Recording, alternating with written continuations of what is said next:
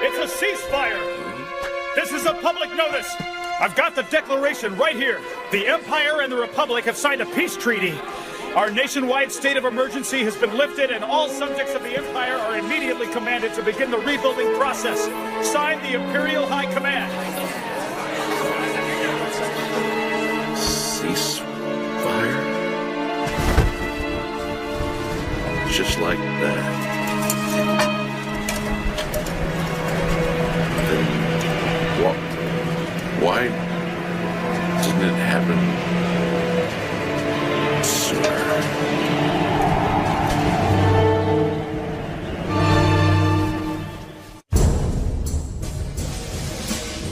The war was long, so bloody and protracted that the scars ran deep across the Empire.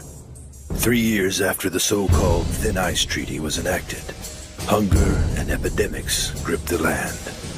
Not the least of which was the scourge of soldiers who turned their war weapons against the people as bandits. Soldiers of fortune. What the? They've got a tank? Yeah. It might look like a dam, but it's more like a fortress for mercenaries. Yeah, it is. Good. That ought to do it. Yeah, loads of fun as usual, Four Eyes. We're here to observe the situation and report. It's not like we're staging an assault or anything. Huh? Skirmishing line! Now! Huh? Attack!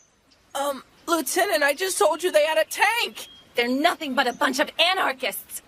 Destroy the evildoers! You know, I was just thinking we should do a little more reconnaissance, too.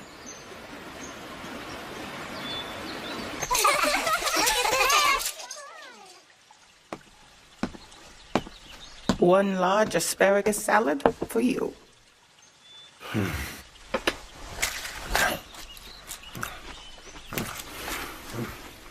If you came here looking for work, you're out of luck. Nobody here can afford to hire you. Oh, such an appetite, man shots.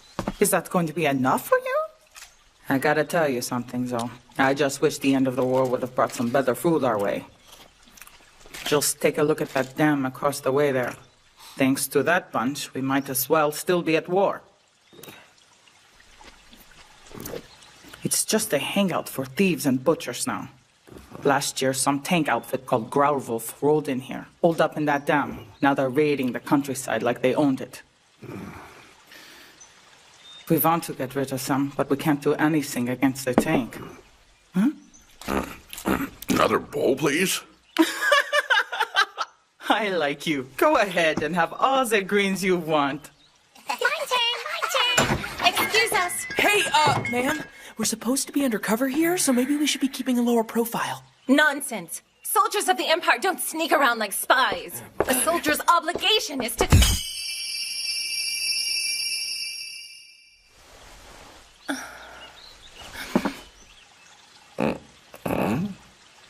You wouldn't be soldiers from the capital city, would you? Yes, pleased to meet you. We're from the Army's Intelligence Division, State Section 3. What the hell is going on out there? High explosives. Tank cannon, 65 millimeter.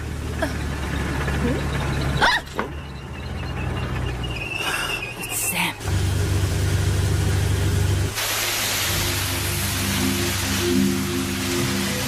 Speak up, Mr. Mayor. I couldn't quite make out what you said over the cannon. It's the truth. We don't have any provisions or crops to share with you anymore. I never said anything about sharing anyway. Hey, Lieutenant, how about we give him another shot? Boom, pa! I will tell you one last time. Call me Wolf when they're out here. Wolf? Don't make me laugh. We're the Army Intelligence Division, Section 3. Pumpkin scissors to the likes of you. Miserable parasites! You preyed on these people long enough. Pumpkin scissors. All right. They're the war relief unit commissioned in the capital a little while ago. War relief? And here we'd already given up. Shh, be quiet, man.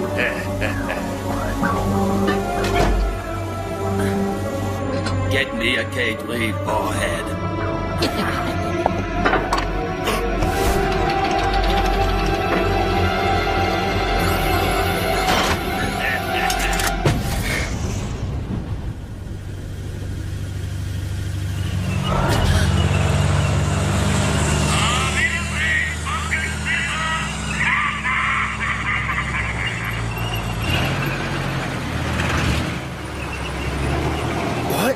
shot a blank at us. Here, gets away! Hold it! Take it easy, Lieutenant. Calm down, would ya?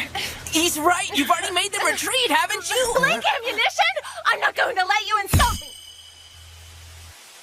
Hey, is it raining or something? Huh? No, ma'am. I don't feel a thing. No, that's unusual. That's happened to me twice in one day. I can't believe you took on that tank. A rational person wouldn't try that. So what do we do now? She could have reinforcements from the capital here by tomorrow. Don't worry, Horst. The real army's got better uses for its time. Count on it.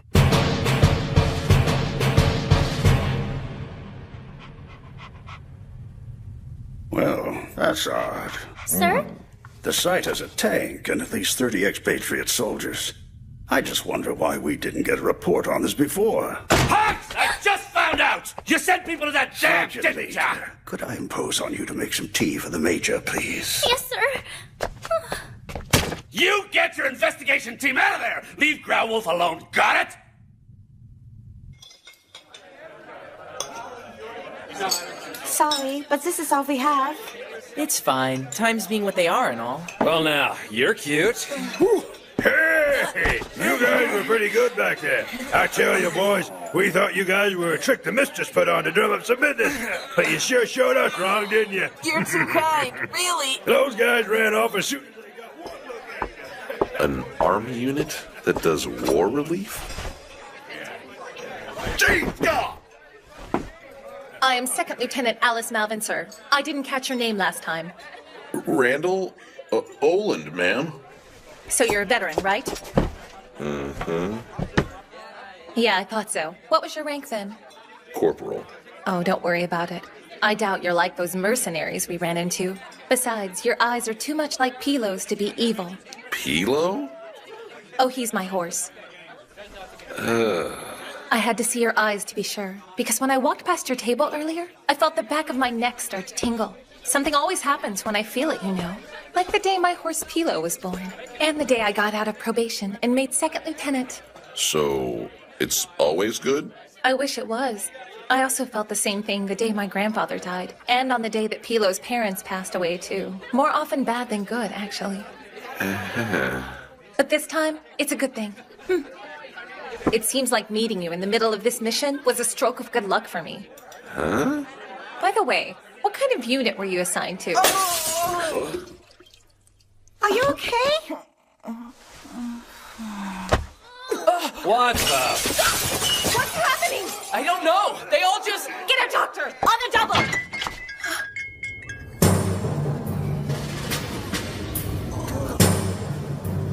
The symptoms are consistent with Kirsch 3. What? A K3 chemical warhead. Then it wasn't a blank after all.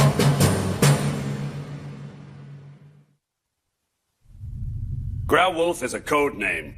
Their official name is the 903rd CTT. CTT. It's an abbreviation for Chemical Tactics Troop, Captain. And I suppose they managed to get their hands on Kirsch 3. Sir? Pardon me, but what is Kirsch 3 exactly? Kirsch 3 is an air-delivered chemical weapon. It's designed to attack the immune system when it's weak. People who have had a bad diet might wind up fighting for their lives after exposure. It causes total autonomic shutdown. Without the counteragent, you die within 20 hours. Right, Major? Right. And its use violates international treaty. Still, it was the Empire's responsibility to create a group of soldiers who could handle it. So, what you're telling me is the Invisible Nine aren't a rumor. The 903rd is referred to as Krankheitjäger, disease hunters who scatter death's ashes. The Empire made this move in secrecy, so if the public were to find out about it... If they found out about the secret 903rd by us lending aid to those people in the village, then... To hell with them! We're talking about national security, Captain! No fighting! Not even if you're playing! This is playing! He's biting through my skull! We only have one doctor to look after all of these people. Still, that makes us better off than villages without a doctor. What if there's a counteragent? What? There has to be a counteragent to keep their own troops from getting hurt. Quiet. If you don't watch what you say around Lieutenant Blitz, we're gonna wind up attacking it. Ah! And we are! It's time to move out! That's reckless. You're just throwing your life away.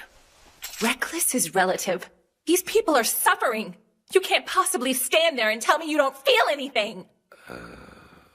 I'd rather throw my life away fighting for them than throw my life away feeling nothing. Does anyone here happen to have a map of the dam? We'll need lights too. Lamps, torches, or lanterns, whatever you've got. When I first heard it, my heart skipped a beat. Soldiers who relieve the war. So how are we gonna deal with the tank? It's gonna be tough. I can handle the tank, Lieutenant. Corporal? Looking at this map, there's a saddle dam downstream from the main dam. We should be able to open the spillways and soften the embankment with the overflow, right where you said the tank is parked. The tank won't be able to move around because of all the mud. Yeah. You know, I could have sworn someone said rational people don't take on tanks. True, they don't. Hey, I never asked you. What unit were you in? The 901st ATT. Come on, we're running out of time. Hey, Wolf! We've got company out there. Schweinhut. No way. Yeah, there's a lot of them. It's just a bluff. Go out there and take care of them. Sir! Why didn't they sacrifice that village?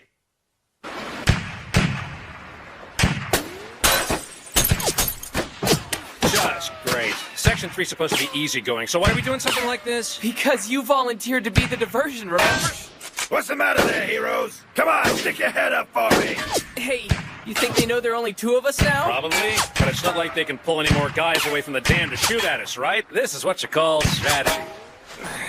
You know something? No what? I think the LT and the big man are on Easy Street. How's it going, Lieutenant? Not good. The chain is way too thick. Please stand back.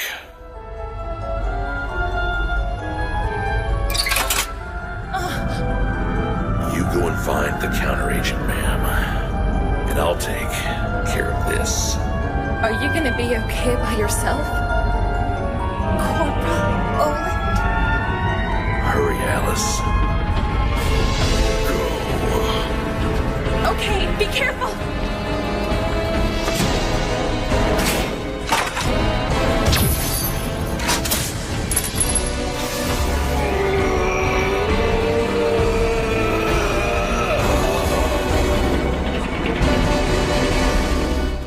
That blue light, so cold and dim. I can still see it. Like the ground fire of Will-o'-the-Wisp. Makes me wonder if he was some kind of monster during the war.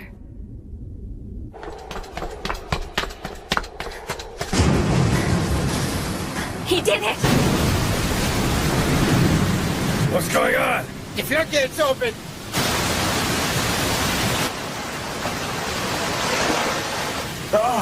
We're going to get flooded. They want to limit our mobility. Very clever. Gets the tank ready. We still can move if we do it now. Sir! Sir!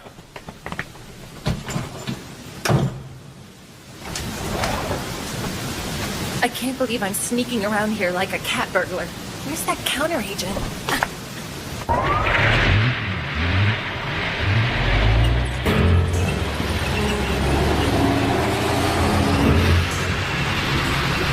Damn!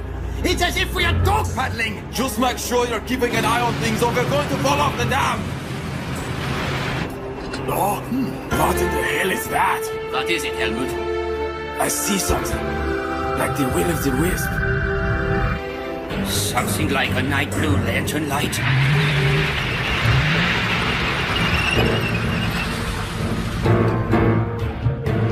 Load acid shell!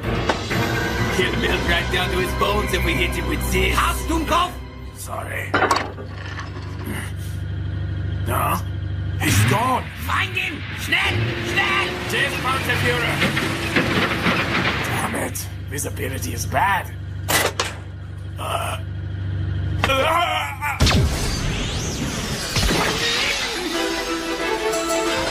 back! Get the hell away from him! Full reverse!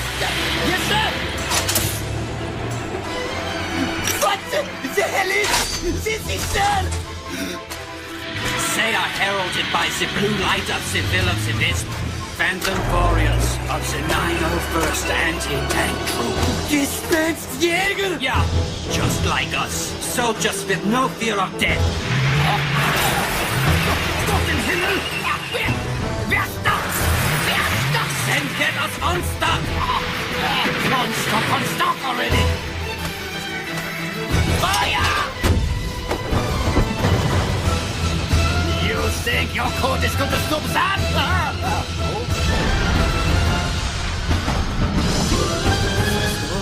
Stop!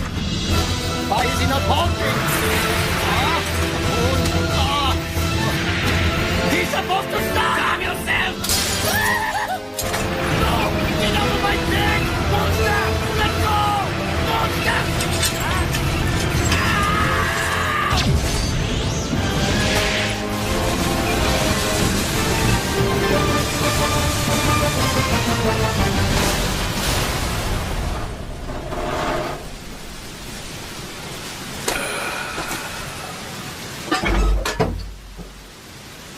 Firing at point-blank range, without any fear of death. Sounds familiar. Yeah, 901? Why don't you shoot me? Huh? Shoot me and you lose the antidote. Go on, shoot me! Ha! Hast du Angst? You should be one of us, 901. Why risk your life for people who don't have your gifts? For relief? It's all a fantasy! Du kleines Go!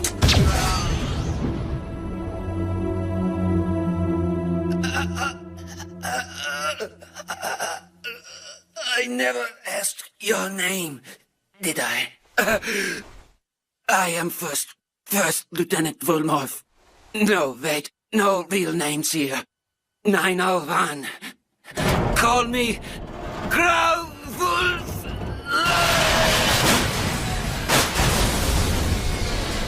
Wait, Wolf! Let's get out of here! So, it's over, huh? No freaking way I am ever doing something like this ever again. Section 3 isn't laid back at all.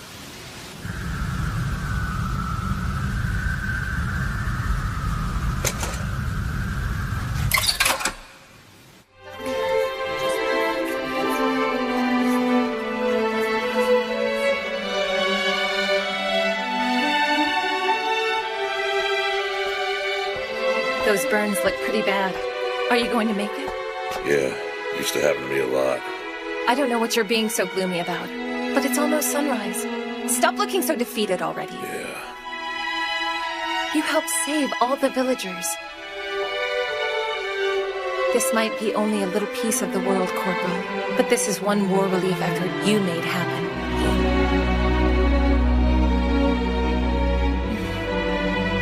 Seriously, though, you're a mess. Well, guess I don't have a choice but to get you some new clothes.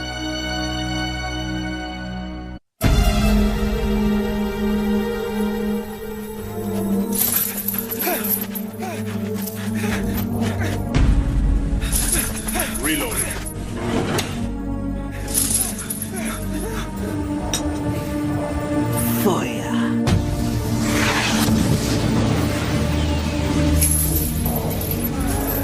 What? Are you tired already? We still have lots of playtime. Reloading. You can't win the money if you don't run! Come on, move already!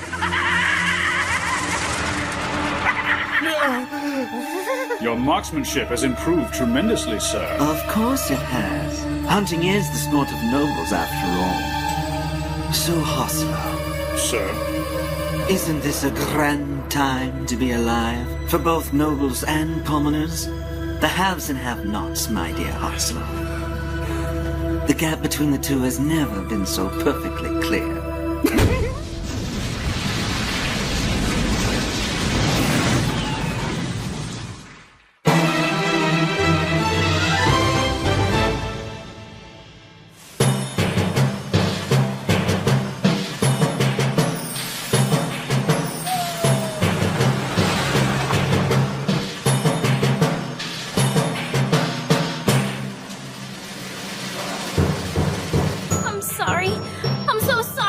Mercury.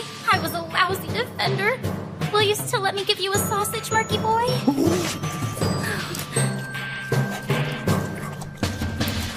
You can't just bite whoever you want to, Merc.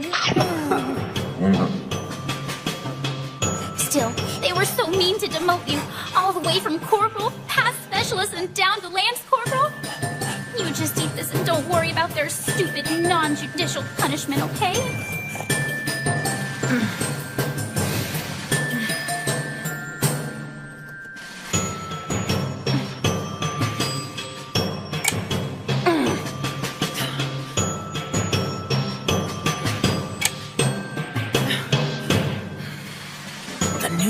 Really testing her, huh? More like that big hulking lug got lost. Not exactly the brightest bulb on the tree, is he? He's late! How dare he be late right after he was transferred here! Easy, ma'am. No whipping out the pig sticker in the office, okay? Oh, what should we do, Captain Holmes? Let him work it out. But, sir, shouldn't I intervene or something before they get hurt? They'll be fine, really. Let go of me! What? No way! Look, I don't mean to be any trouble, but someone told me if I showed up here today, I could get myself some new clothes. That's not happening. This is an Imperial military facility, and you can't be here without proper authorization. Authorization? Oh, I forgot. It says Randall Oland. You're a corporal? Report for duty with Imperial Army Intelligence Division Section 3.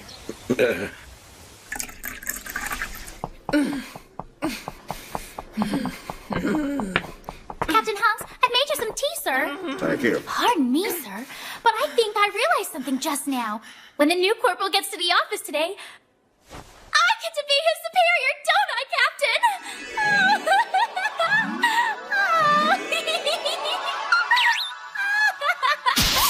Don't you already have Mercury as a subordinate? Yes, sir, but Merc and I are best friends first and foremost. All right, so where's the Sergeant Major's best friend now? Huh? Well, he was here just a minute ago. Oh, no! If he bites someone again, he's definitely gonna get thrown out for good this time! Mercury, where are you? Dear boy? What? Section 3 is one building over?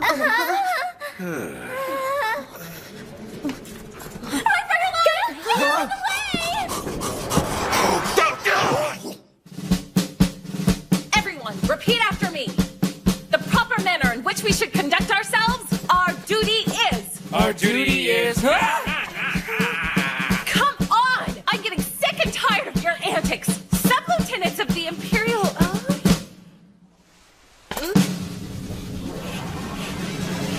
Lieutenant? I brought you Corporal Orland, sir.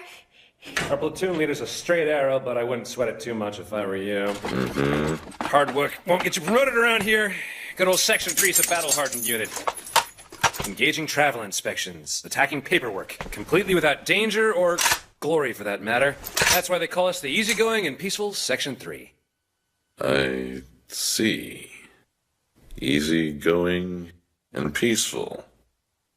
Well, I guess we do see some action every once in a while, like we did last time. Actually, I don't mind that. Huh?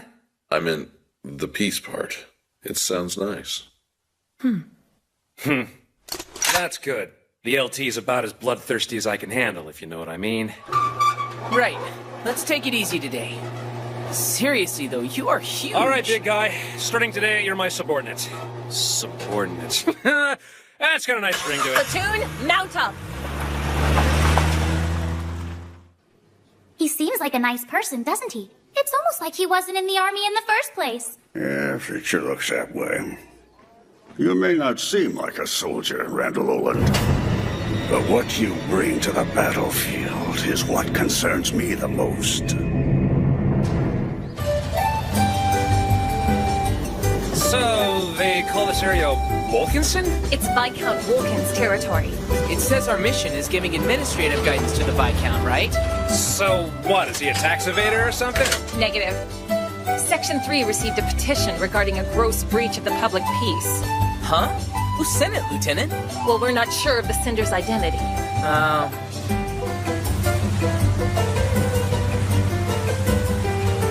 Fine. Fine, so we give the local lord of the land a little smack at the back of the hand for being naughty. Piece of cake, Lieutenant. Don't drop your guard. None of these are easy. Those same chills down my neck. I wonder, what's going to happen this time?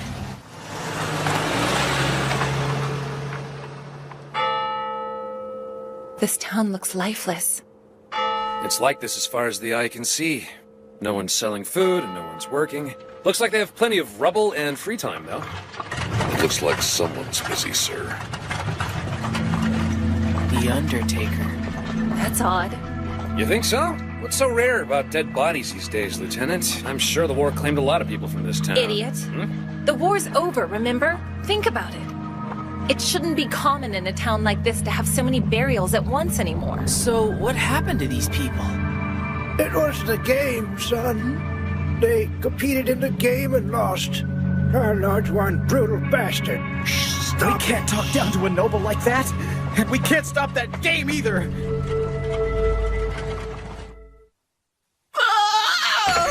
What do you call this? It's wrong! Master, I could have sworn that you instructed me to prepare your steak bloody and rare yesterday. Oh, I mean, I'll prepare another one right away, sir. Oh, yes, that reminds me. I haven't fed my pets lately, have I? It's all right, darlings. Dig in.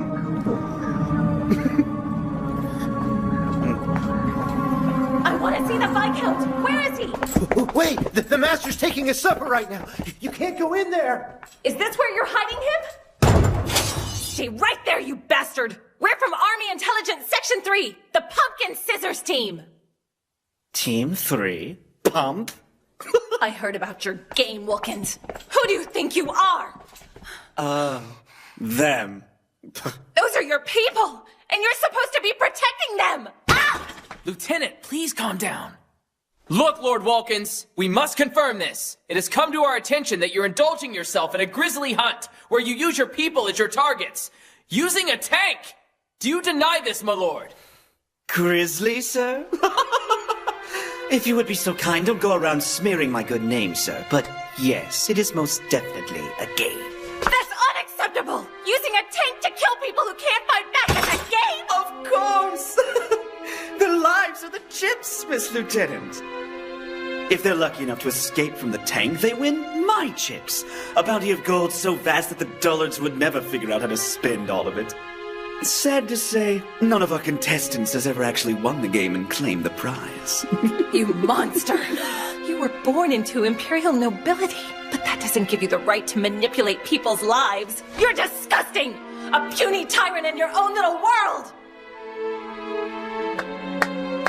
Bravo!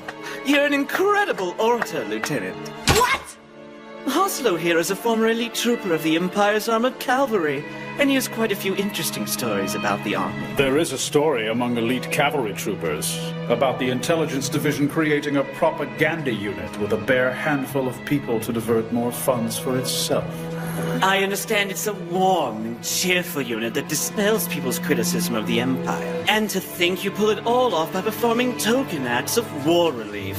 Isn't that really what the pumpkin scissors are, Lieutenant?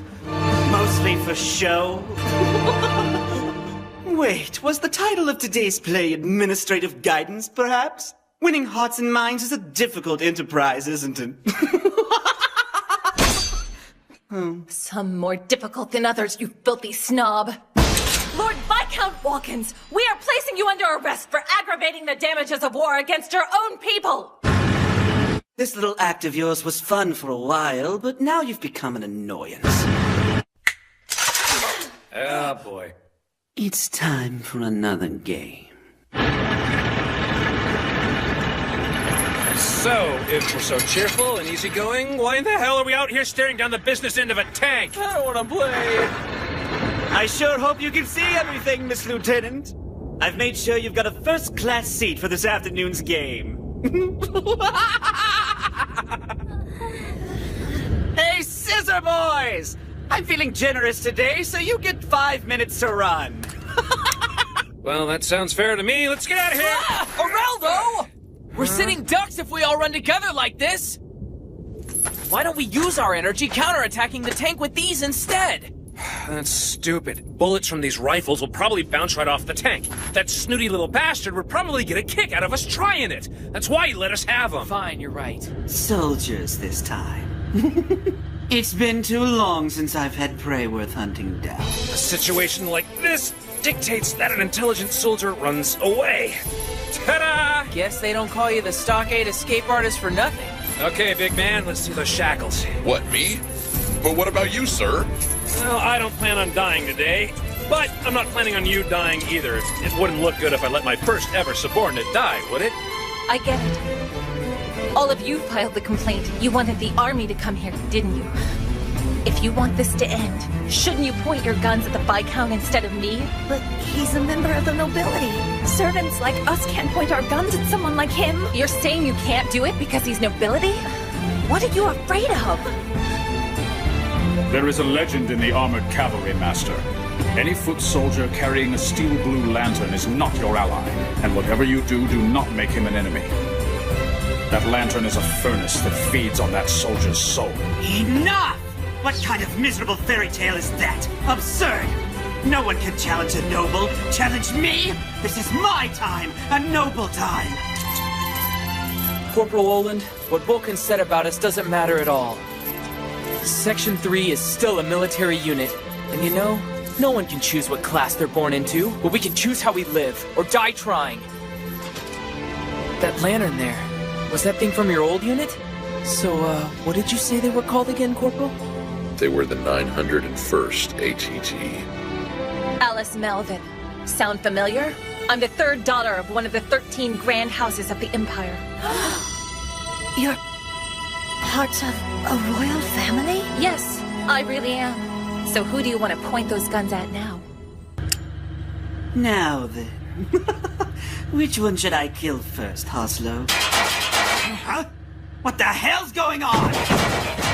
Shoot for your pride, girls! Even if it's only one bullet! Wow! Lieutenant! The nerve!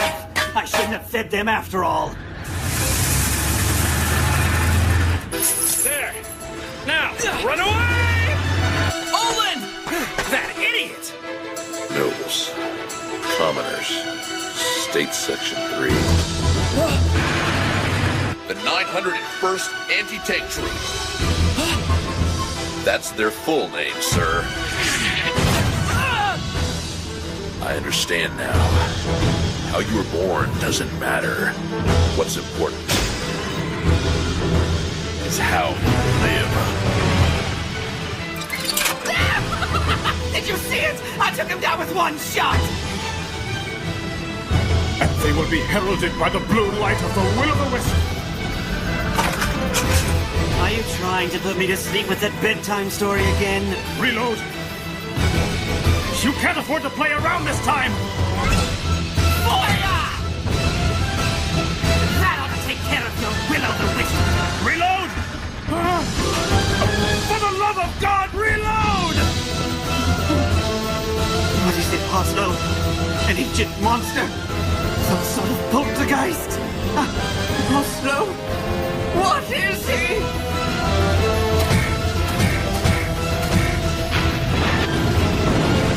You can burn out their eyes. You can even tear out their arms. But they will never stop advancing. They will disregard their own lives and attack in point-blank range. They have marched away from life itself to pull a trigger that brings death. They are the legend of the battlefield. The phantom warriors of the 901st Anti-Tank Troop. Guided by the Will-o'-the-Wisp. The bringers of death. Gespitjäger!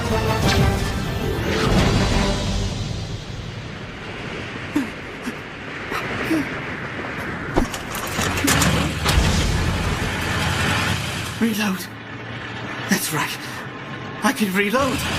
No, it's useless. No matter how many rounds I fire now, I can't hit him. Up until now, they've all been running away. Okay. You win the game. Can you hear me? Hey, you win, okay? You've won the game. It's over, all right? Please don't shoot. I'm a human being, see? Not a target.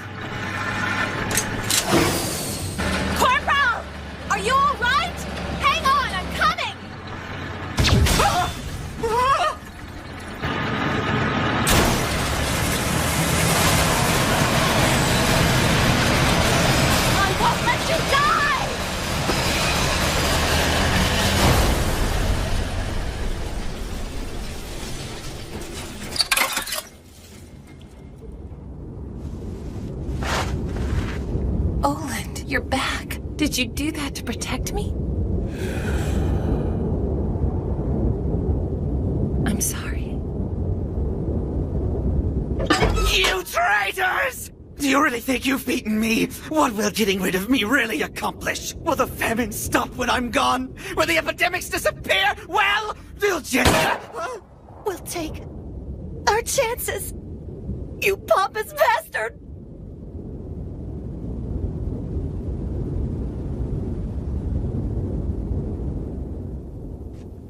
Perforated left eardrum, left trapezius partially torn, 3 floating ribs broken, a cracked scapula, and an assortment of other minor injuries. So, how'd you manage to pull that off without killing yourself, big man? After all this time, I'm just used to it. Maybe it should bother me if the world isn't going to change, but... The world, huh? And I suppose you can see the future from all the way up there? With that attitude, you might as well be Vulcans. Oh, this is addressed to everyone in Section 3. You have our deepest gratitude for your generous help the other day. Afterwards, We took some free time and decided that each of us would be better off in our own hometowns. Of course, none of us really know how we should live from now on, or if we're even going to be happy in our new lives. But we'll never forget the lesson you taught us, milady, and the pride that brought us together that day. The recognition that even people like us have something worth fighting for. We'll keep moving forward from that day with our heads held high and carry on as best as we possibly can. The answer isn't that far off. The future's right in front of you. That's the reason we fight. Right. The war corrupted our society and spread its evil throughout our land. However, there is a unit here which vows to reverse the damage and corruption of war. And that unit's name is the Imperial Army Intelligence, State Section 3, Pumpkin Scissors.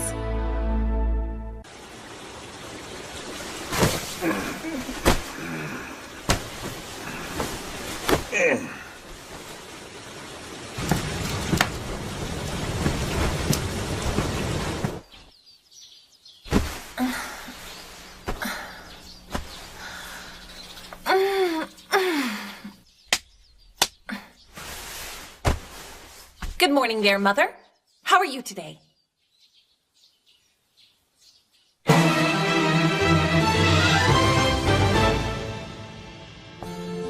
Good morning, young mistress. Good morning. And good morning to you, Father. Eli and Soli, I'm so happy to see you, but why are you... Alice, there's something we need to discuss. It's just that... For pity's sake, why don't you do something about those clothes? Why? What's wrong with them? For one thing, they make you look like a man. But a second lieutenant in the army isn't supposed to be seen not wearing her uniform. So should I start calling you brother now or later?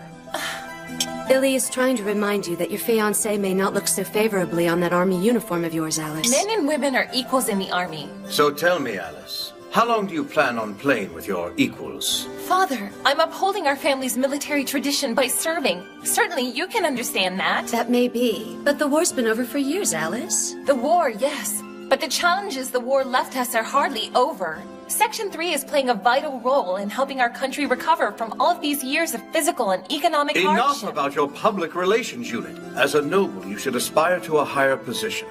With all due respect, Father, I'm very proud of what I've accomplished as a soldier and Section 3's mission.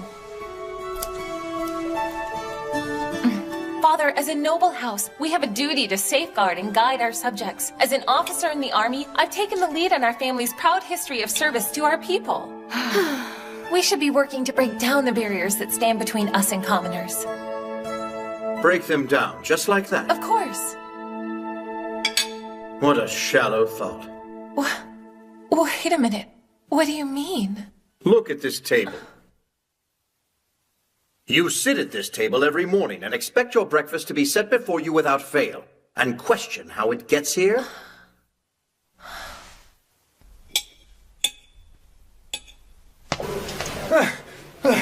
What? She isn't here yet? Yep, that's right. Oh, you're kidding me. You mean I wasted all that energy running for nothing? Yeah, bet you wish you had more time to get rid of that lipstick too, don't you? Oh. What can I say? So, our paragon of virtue is actually late. Maybe I'll get to lecture her this time. Yeah, assuming she gets here. I'm worried. The lieutenant isn't habitually late like you are, Sub-Lieutenant Areldo. Yeah, better watch it, Smadge. I may be habitually late, but I still outrank you, you little twerp. I'm sorry for being late, sir. Lieutenant, what happened to you? You look like you ran here. Of course I did. A commoner doesn't take a carriage to work. Here, have some water. Thank you. Huh? Do commoners drink water? Yes, ma'am. Well, of course we do. So, she's finally lost it for good this time. It's more like something happened to her. My apologies, Captain. As you were. Your next mission is here, Lieutenant. The SU-13 tunnel in the south collapsed during the war. Find the manpower nearby to get it rebuilt. Excuse me, aren't we part of the intelligence group? Yeah. And we're riding out with a shield train? This is engineers' work. Yeah, but the railway isn't just for military use, and our mission is to make sure the whole country benefits from it. That's right! It's a great opportunity for us. This is exactly the kind of work we should be doing. Not to mention the fact that we all look like we could benefit from some hard labor. Hold up. Aren't we just supposed to recruit and manage the local labor force, Lieutenant? No way. If we endure the same hardships and work just as hard as the locals, we can build a powerful rapport and trust with them. You understand what I mean, don't you, Olin? Yeah. Did you just hear that? Of course not, ma'am. Didn't you eat anything this morning? I'm sure I had enough to eat. It's nothing to worry about, though. You're not on a diet or something, are you?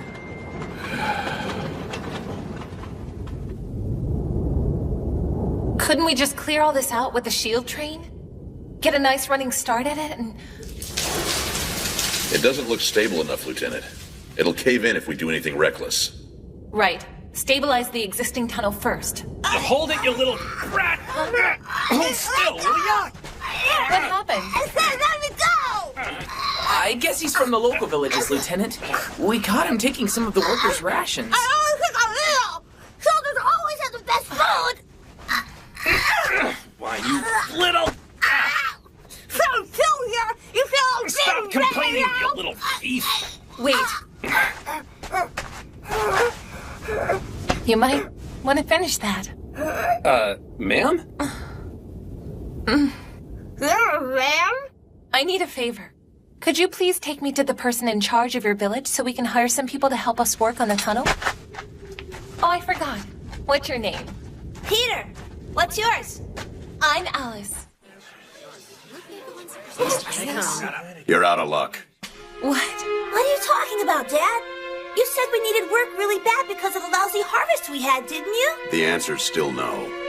But sir, the railway's economic advantages for your village are so obvious. Why wouldn't... 5 years ago, our village became a war zone.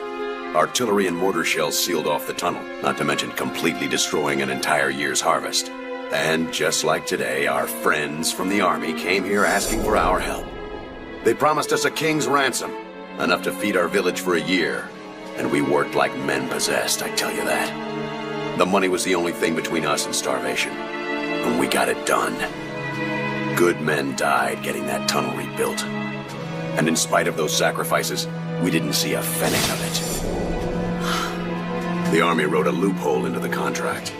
Instead of getting the money that would have fed us for the year, we were granted the privilege of being exempted from the draft. Oh, count us lucky. So lucky, in fact, that only 12 people died from hunger and disease instead of bombs and bullets. Go ahead and tell me it's a small number. I dare you. My son Peter was the only kid who made it through that year alive. But Dad, Alice isn't like those other people. Boy, that's enough. Kids like you shouldn't be piping up when grown-ups are talking. But Dad... So here we are. Tunnel's bad again, and you want labor again, and we're saying forget it.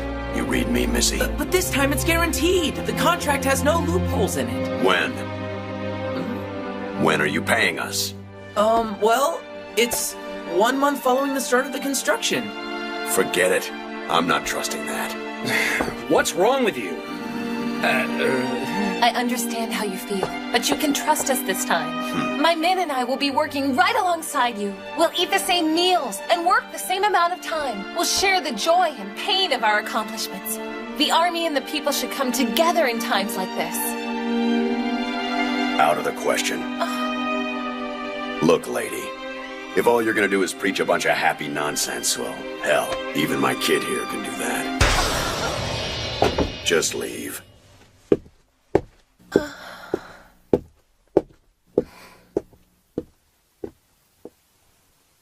Oh, boy. They don't trust us at all, do they? That meeting didn't help any. Where are you going? I'm going to get this started on my own. Huh. I understand how you feel, ma'am, but you can't excavate the tunnel by yourself. Which is why you're going to help. Way to go, Martis. Anything else you'd like to volunteer for today? I brought us some lunch, Lieutenant. No! I really think you should eat something, man. Big man's got a point. You can't fight a war or dig a tunnel on an empty stomach, you know. Do you really think I can eat anything? Not after hearing that story of theirs. But you haven't eaten all day. So many people in this village are suffering from hunger, and I eat like I'm entitled to it. For 18 years it's been like that. I'm a fool. But, Lieutenant, you still need to eat. Awesome! What kind of machine is this? Don't start touching anything without asking. Hey, old man, is this thing a tank or something? Who are you calling old man? You know what, boy? It's your dad's fault we don't have anyone working And out that's here. not the boy's fault. Yes, ma'am. So does this really look like a tank to you, Peter? Miss Alice. It's awesome! Like a huge drill. It's called a shield train. Ah, super nifty. It was designed to remove barbed wire and sandbags traveling ahead of infantrymen. Does that make it like a tank? No. Now it's just a machine used for excavating tunnels. But you're gonna get in trouble if the tunnel doesn't get fixed. Won't your boss get angry with you? Kids don't need to worry about that. It's okay. I'll be fine. You must be hungry after walking all the way out here. But that's your lunch, isn't it? It's all right. Help yourself. Okay. Thanks for the food! Ow! No! This is good! I've never had food this good before! I'm glad to hear it. Aren't you hungry, Alice? I'm fine, really. I've had plenty to eat. Especially when people in your village were hungry. Hey, you know, Alice, don't worry about what my dad has to say. Everyone in town was pretty glad to see you. But my dad worries about everyone, so he took it out on you. He's not always that mean. No, I respect your father. He has every reason to be cautious with us. Okay. After the story he told me, he really has no reason to trust me any more than he could the Empire. Hey, where are you going? Sorry. I just need to be alone for a while. When you're done, just take the tray over there for me, okay? If you're in that much trouble, I can help you get your work done. Okay?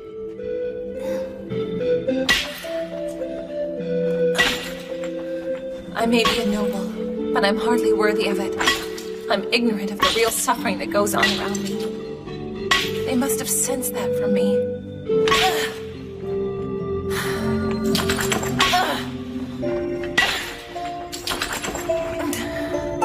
I have to be stronger.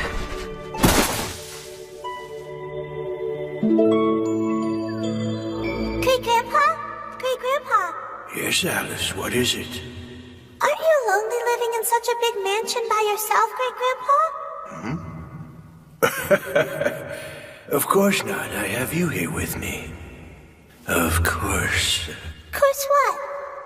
Well, it's just that every noble is a little bit lonely in their own way, I imagine. Lonely? Lonely?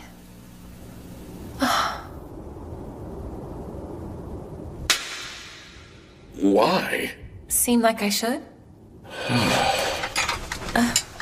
I dozed off. Damn it. That's unbecoming conduct. An officer should know better. I brought you your dinner. I told you I don't need any food. Do you want to collapse again, ma'am? I have superior willpower. My stomach's growling because I'm looking at it. Get it away from me! This is a cruel country. Everyone is suffering from the disease that is the ravages of war. The ravages of war are the disease, and people are the patients. I guess that makes the soldiers of Section 3 the doctors, wouldn't you say? Lieutenant, do you think patients wish their own diseases and injuries on their doctors? Patients don't want to have a doctor understand their pain and suffering, and I'm pretty sure they don't even want to get along with them. They only want to be saved from all that hurt and feel better again, that's all. I guess that must be a bad way of looking at it.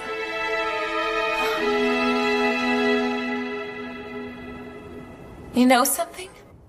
That smells pretty good. Then please eat, ma'am.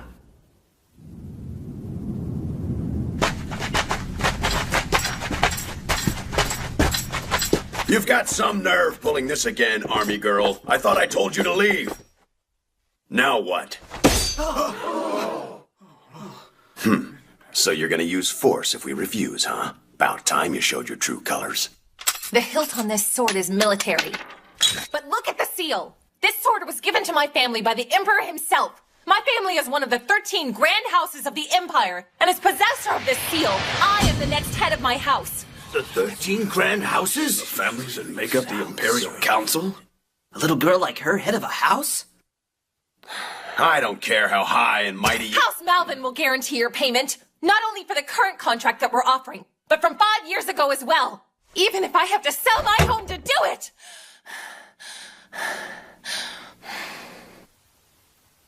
I don't like how you're throwing your weight around, Missy. But I gotta admit, you seem a lot more trustworthy than you did yesterday.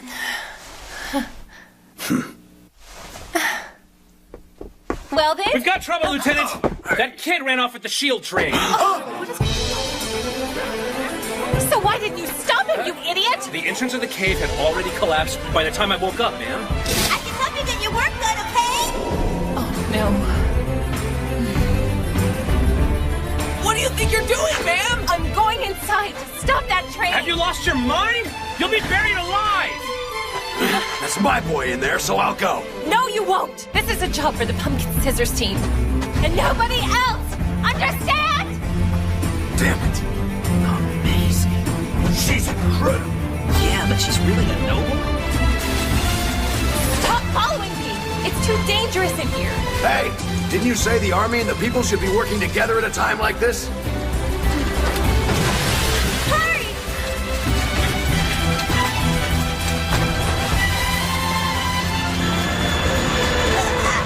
Peter! Help! Are you all right? Hurry up and turn the engine off before the tunnel collapses! I can't move in here. Peter!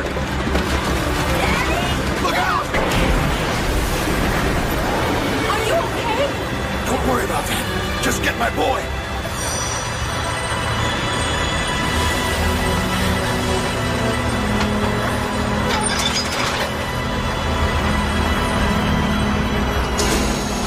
Is that enough to stop it? Oh, Alice, I'm glad you're all right. I'm sorry. I just wanted to help you dig the tunnel. It's going to be okay. Your dad and I are here now. You stupid kid. But Dad! Things just got a lot less rosy. Huh? The entrance just collapsed.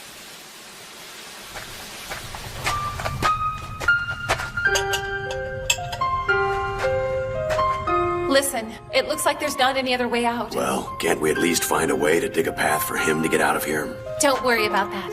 My men will come for us. That's some confidence you've got there. But I'll tell you this much. You've got your wires crossed. What's a noble like you doing joining the Army and risking your life? My life has obligations. Members of the nobility should be prepared to give their lives for their country. That's a good one. Treat us less than human 1 minute and tell big stories about sacrifice the next. The tunnel caved in here 5 years ago, just like today. And all those self-sacrificing nobles you talked about turned tail and ran on us. And now you know why I don't like nobles very much. I'm sorry. Then again, only a noble would have been foolish enough to do something this risky for me and my boy. Not another cave-in. Looks like those men of yours aren't gonna make it in time. No, I'm sure they're coming. So this is how we're gonna die. Look out!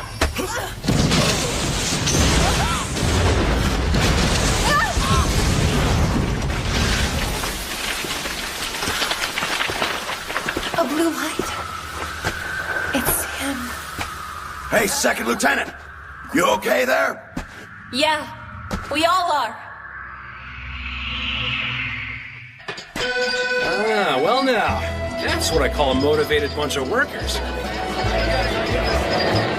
Yeah, that's fine, right there. It was definitely an accident, but it showed them the LT was serious. And to think it's all thanks to us leaving our posts. Some genius just can't be denied. I thought you said you were both asleep, sir. Actually, nature was calling. Okay. Still can't believe I did it.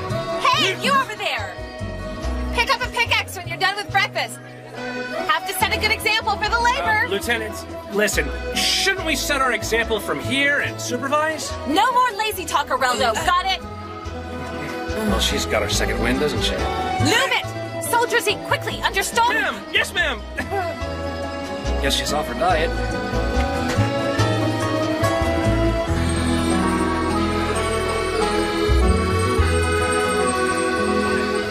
I will save this empire from the disease that is the ravages of war.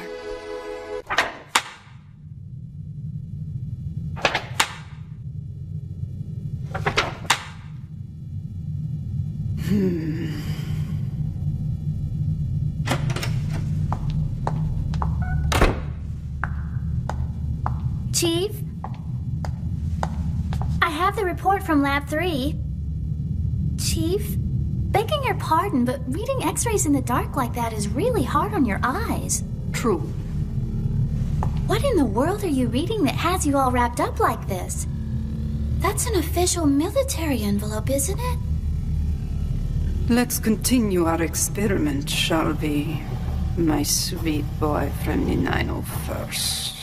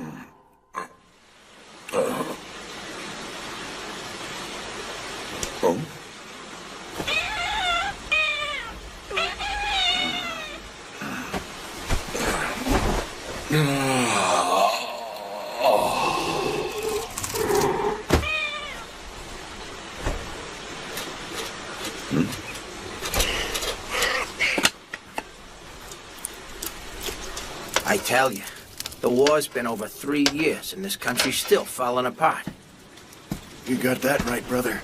No houses, no jobs. At least I had 3 hots and a cot, plus all I could drink when the war was on. I'm telling you, I'm about this far away from re-enlisting, man. Oh, hey, you up? What's wrong?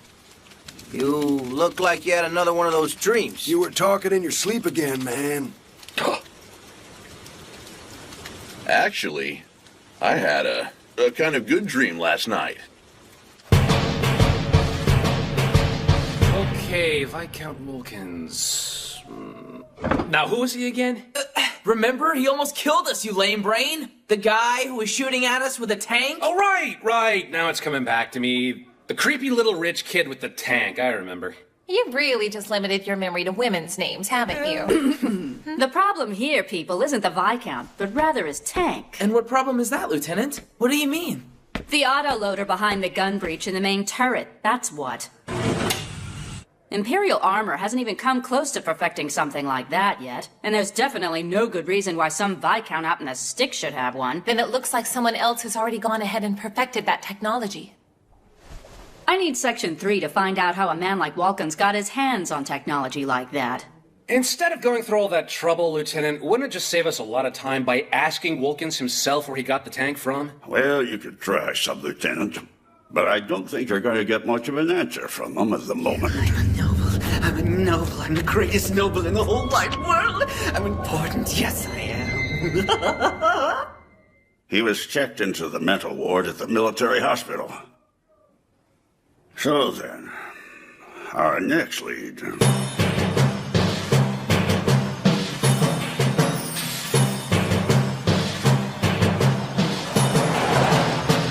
Professor Cortu? I'll bite. Who is he then? Oh, give me a break, will you? I bet you'd remember who he is if he was a woman, wouldn't you? The professor's contributions to the early stages of Imperial tank development earned him the nickname Father of the Tank, and you were supposed to remember that from your classes at the Academy. If anyone could possibly know anything about the workings of the tank and the autoloader, it would be him. Martis, are you okay over there? Oh, it's nothing really. Huh? You're asking what kind of guy Corporal Oland is? Well, Lieutenant, he's just a big, kind-hearted guy, I guess. The thing about tanks is, they're the most powerful land-based weapon we can deploy. 10 tons of tempered steel rolling over the battlefield. Even reinforced positions aren't safe from them. Mobility, firepower, shock effect, and death all wrapped up in one tidy little package. Even so, out of nowhere comes Randall Olin, and he uses a handgun to stop a tank. Amazing, huh? One round through the viewport shutter kills the driver. Another almost gets Walkins through the top hatch, places where the armor's the thinnest. You might want to find out more about him. Anyone who can cling to that tank and take those shots isn't exactly easy going. Sub-Lieutenant? Sir? Are you doing all right there, sir? You're really not looking well at all. Hey! Olin, get off me! I can't breathe! No, I'm fine, really.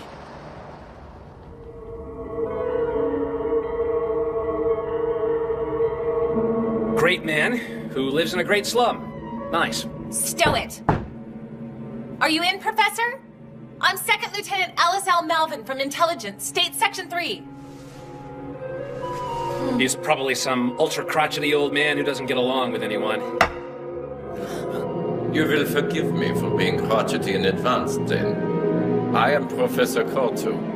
How may I help you people?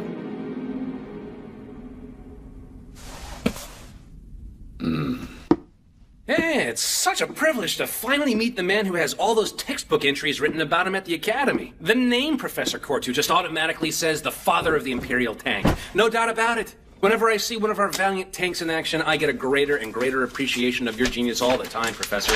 Yes, sir, I certainly do. Yep. I never saw anything close to this design when I worked for the Army. The Western Alliance's technological conference didn't advertise this hull either. Well, isn't that strange? The systems on this tank are far in advance of anything any country has at the moment. And your analysis? Sir? How thoroughly have you been able to analyze this tank? Intelligence is just starting to pull it apart. I see. Just starting. Fine. Unfortunately, these roughs and sketches aren't telling me anything that might help you. Thank you, Professor. It's appreciated. Huh? We just got here and now we're leaving? Lieutenant, ma'am, wait a second.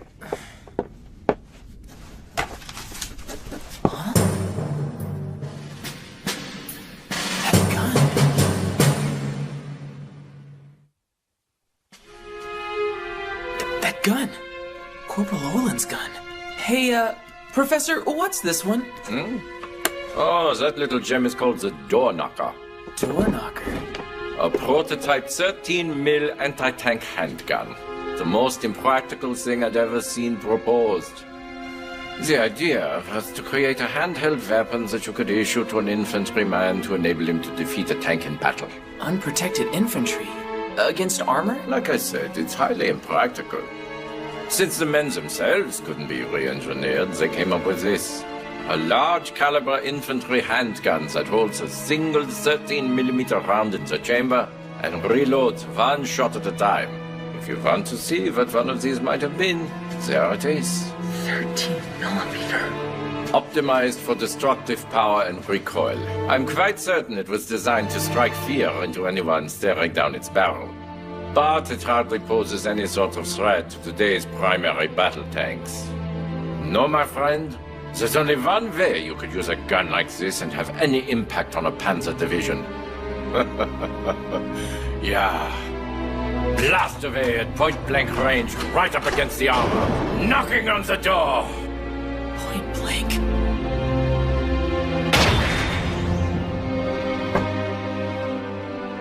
Door knocker. The project itself ended up being cancelled, and not a single one of these guns was ever produced or used in battle. Even this display is just a mock-up. The psychological effect of something as powerful as a tank. Would any sane infantryman have the poise or the wherewithal about him to stare his own mortality in the face like that?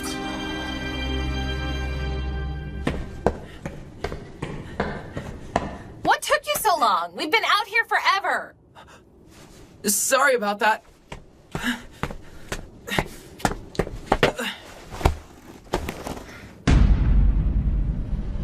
Just who or what are you, Corporal Randall Oland? That lantern. Was that from your old unit? What did you say their name was again, Corporal?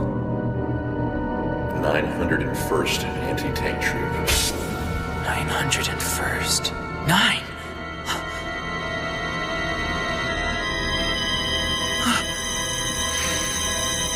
Martis!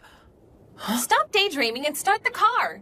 We need to get back to the development lab and report our findings to Webner. Yes, ma'am.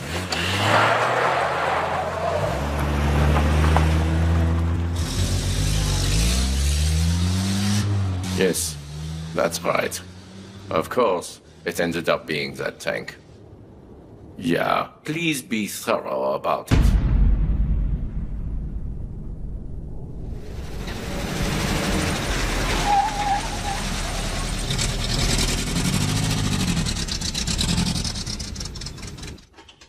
I see. The professor didn't have anything to offer? Hey, hand me that 916. Well, I'm sorry. It's a shame the four of you had to waste the trip out here. It's okay. Reporting's part of the mission. If you want to stick around, you can watch us do it the old-fashioned way. Hey, get the breaker bars and torches. We're having a teardown party. Yeah! Oh, yeah! Look at them. They seem to be having a good time. Tear it apart, put it back together, then tear it apart and put it back together again. An engineer wouldn't have it any other way. You sound so playful when you talk about it. Stop flirting with an officer, Kilroy. Okay, I'm sorry. Ma'am, what's that tough-looking truck over there? Ah, yeah, that. That's the latest model anti-tank armored car that Section 1 is getting. Oh, is that so? Those Nimrods in Section 1 get the hot new hardware while we gotta put up with... Give it a rest. We just gave you a new vehicle, remember? And it was a lovely drill, really. Oh, glad you liked it. Someone's powering up the turret. You got people working on that, too?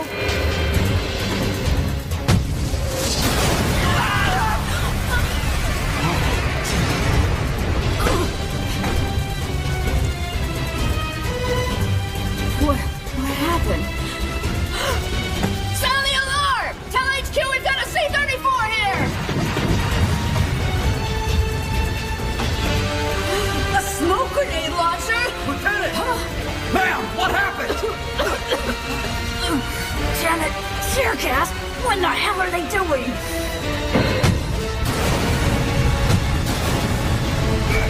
Who in the world are they? No way. They're trying to keep us from seeing inside the armor. Lieutenant! I know! I don't know who's doing this, but they're trying to scuttle that tank! I can't fight them off with just a pair of guards! Go get reinforcements! Sorry, ma'am, I can't see. You idiot! Just do it and don't complain! Panicking will only make this situation worse than it already is! They're remaneuvering. What are they trying to do? My God! Those are Rhino demolition destruction blades! They're going to do more than scuttle it!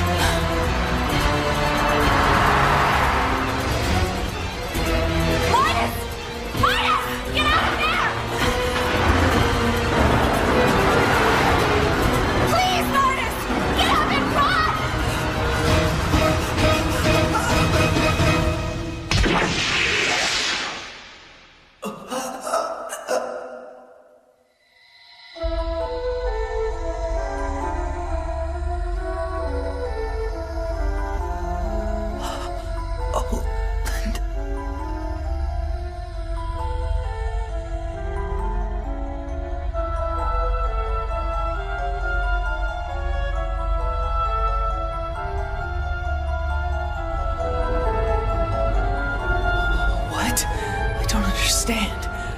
Here, right now. I can't say thank you or ask, are you alright? Why am I thinking you monster?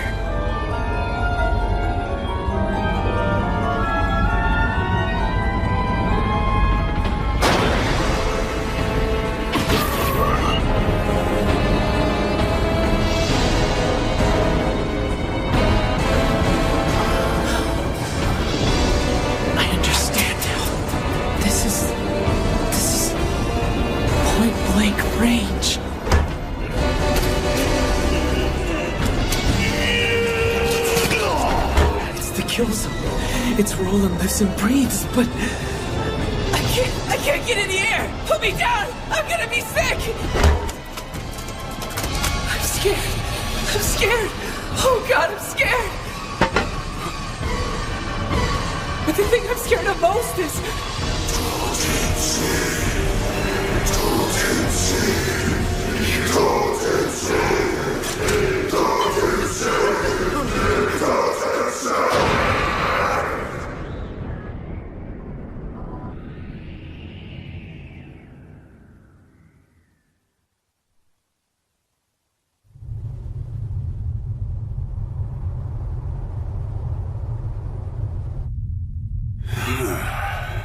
All three of the stolen armored car hijackers found aboard are dead. They all died almost instantly. In addition, there were no forms of identification found anywhere among the bodies, sir. So they wanted the tank's secrets to remain that way. Fine. Yes, sir. Forensic analysis and retroengineering aren't possible anymore. And Oland? Severe muscle lacerations and a burned eye, sir. But nothing to the bone. He should be out in about a month.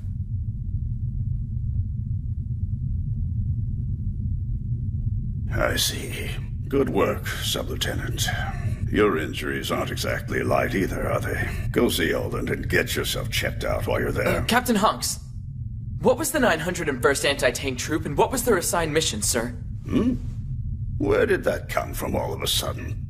Well, it's Corporal Oland's old unit. They were probably disbanded. I should have made the connection sooner, Captain. Sir, our first Emperor died on the battlefield fighting for our country on August 9th. And since then, there's been an unwritten rule in the Army to never use the number 9 in a unit name and to consider it forbidden. That tradition's been falling out of favor lately. The Army is using it quite a bit, as I recall. That may be, sir, but it's never been the first number of a serving unit. This book is a list of all the units active at the time of the ceasefire. There isn't a single company, battalion, or brigade with the number 9 as the unit's first digit. The 901st Anti-Tank Troop doesn't exist in our Army, Captain.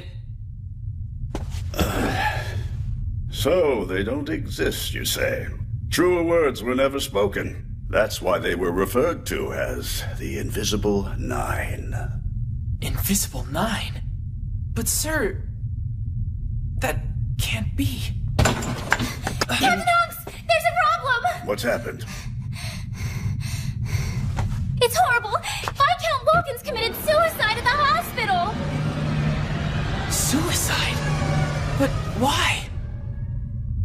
I'd guess to keep him quiet about the tank.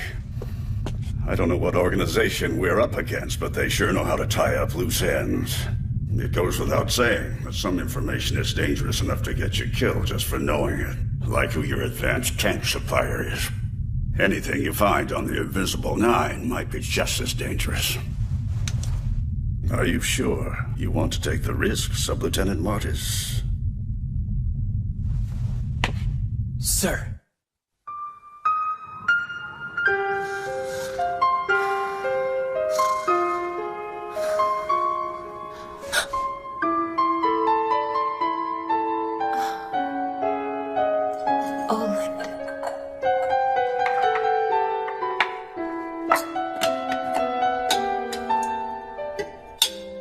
Look, I brought some food from the hospital today. Doesn't it look good? What's wrong? You're usually eating like a pack of wildcats by now. Oh yeah, I forgot. I smell like blood. Guess I'm used to it now.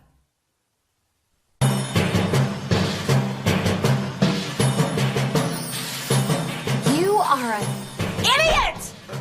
You better have a good explanation, mister.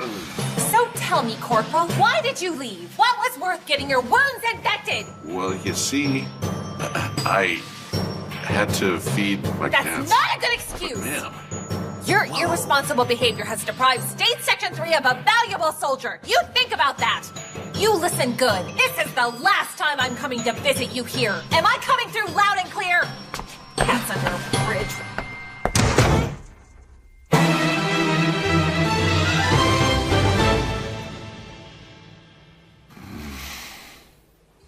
Guess I made her mad at me. Well, think about it for a second. You really got the LT worried about you, big guy. Corporal? I'm going to look for him. What are you just standing there for? Yes, ma'am. Yes, ma'am. Yeah, she was carrying on like a mother hen whose baby chick fell out of the nest, right, Martis? Like a mother hen. Yeah, close enough. Hmm? Well, so you're finally back, Mr. AWOL patient. What am I gonna do with you? You're definitely not getting another private room. Mr. Wants? As the corporal's neighbor, please keep an eye on him. If he even thinks of leaving, please notify us with this. I'm counting on you. Okay. Oh, Rosetta. Oh. Sweet Rosetta, please take care of my friend. He's a little dopey, but he's the only subordinate I've got, my dear. Oh, I didn't know he was your friend. Well, since he's your friend and everything, why don't you collect some urine from him for me? Okay? After all, it's better to have a man do a job like this anyway. That's what you think. We're out of here, sister. Hey, wait! But, you're his friend. Huh. Some friend you are.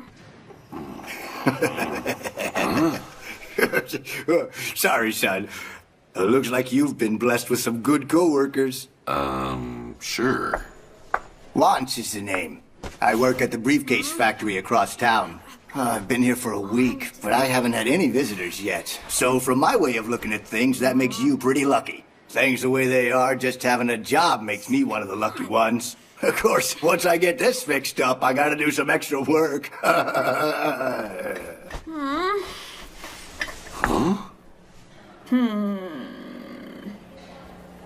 Ma'am? I can do it myself if I have to. Really? That's so sweet of you, even though you're still hurt and all. Thank you. Just use the paper cups by the entrance to the toilet, okay? Oh, how clumsy of me. Sorry about that. Huh? So how are you feeling once, my boy? I've been better, boss. You had me worried sick, you big stiff. Oh, you didn't have to come all the way out here, you know? Oh, come on. I had to, besides. It looks like you're holding up pretty well.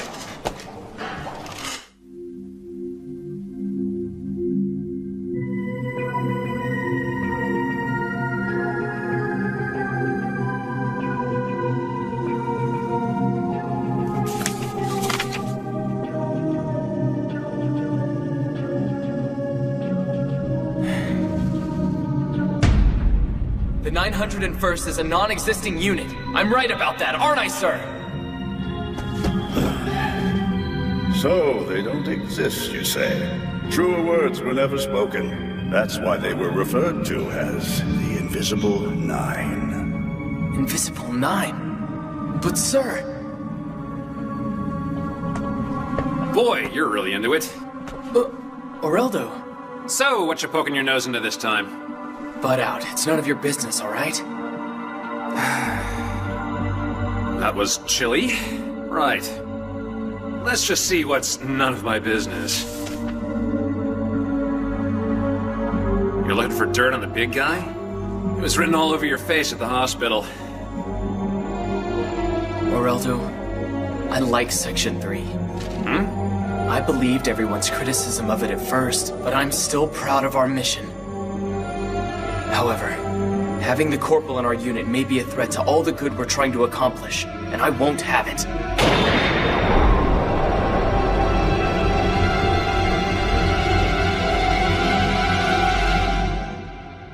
I need to know who he is.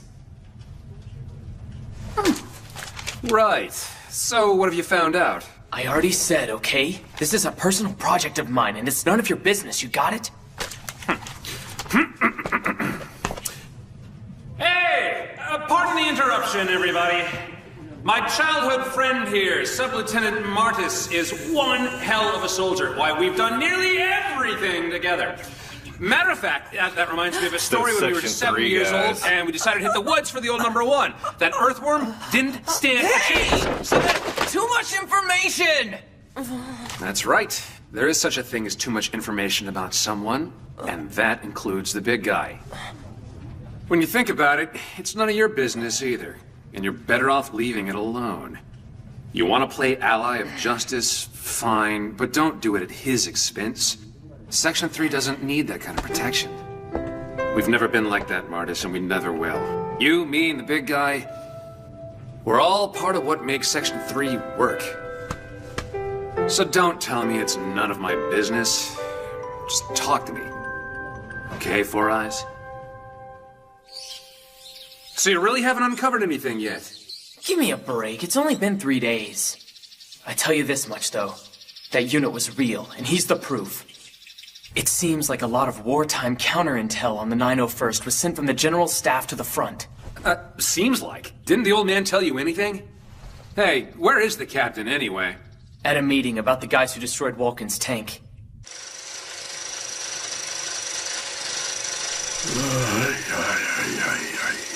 So the unit's completely undocumented. They really are invisible. Nuts. So we're still at square one where that's concerned, aren't we? Hey, Oreldo. What are you doing in the library? Well, I'm definitely not reading anything. You're such a card. Invite me out to dinner again, okay? Sure.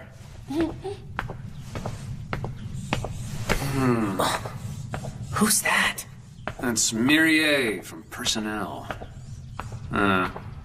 Now that is strange. If a man came from an invisible unit, you'd have every reason to believe that the Army wouldn't let him re-enlist. But here he is, walking in and out of the Army's intelligence headquarters every day. So Personnel's in on it? We can't be sure of that, can we? What are you up to?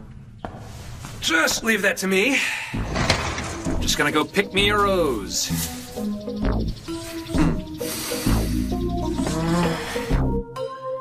No, Oreldo, everyone's going to be back soon. Yeah, I'll be done before you know it. Yeah, but...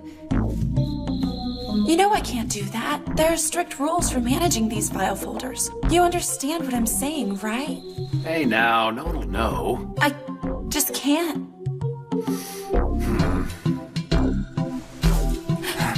Sorry. I really didn't come here just to sneak a peek at your file folders, Marie. I just wanted the two of us to share a special secret. And I'll confess, it's kind of underhanded of me to put your back up against the wall like that. I am a lowlife. Farewell, then. Wait, Oreldo! Just finish before everyone gets back from lunch, okay? Okay.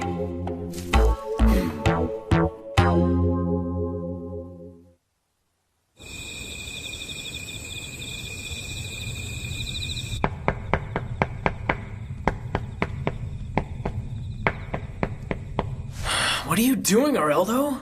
Give me a break. Oh, you sure took your sweet time in there. Yes, I did. You got something on your face. Sign of success, friend of mine. Seems like a certain organization pushed to have the big guy transferred here. The Imperial Science Research Center. The Cowplon organization? Yeah. So if we investigate them, we should be able to find out about him. Actually, I don't mind that. I meant the peace part. It sounds nice. What's on your mind? Oreldo, I'm really sorry. But I want to go straight to Randall from now on. Probably the right thing to do. So, how about we head over to that hospital? At this time of night? So what are you going to the hospital for? Well, you see... You're not gold breaking on my time, you got that? Well, yes, ma'am, but we were, worried about the corporal. You know, I mean, if somebody gets their, bandages dirty like that, sometimes they take a turn for the worse in the middle of the night, if you know what I mean, Lieutenant. What? So, anyway, that's, why we were headed to the hospital. Fine. Go to the hospital. I already said I'm not going to see him, and that's final. Right, and that's why the two of us are going alone. Thank you, ma'am. You're the best. Right.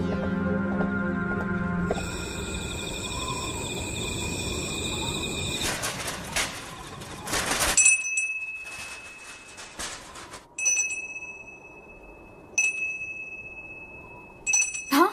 He didn't run off again, did he?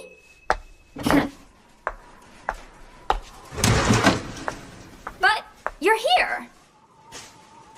Huh? Where's Mr. Wants? He hasn't been in his bed since this afternoon, and he hasn't come back since then. This afternoon? So both of you are conspiring against me now? Huh? What's this in the trash can? An attaché case?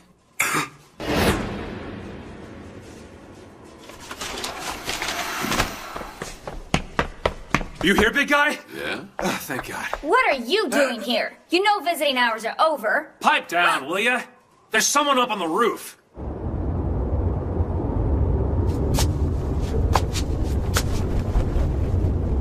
A jumper? But why? Who is it?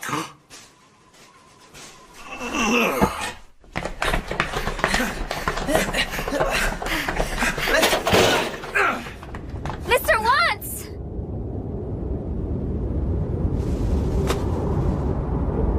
Please, think about what you're doing! It's not worth it!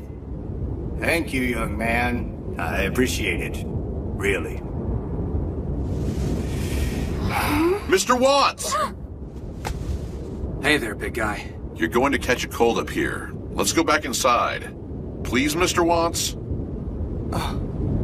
That briefcase.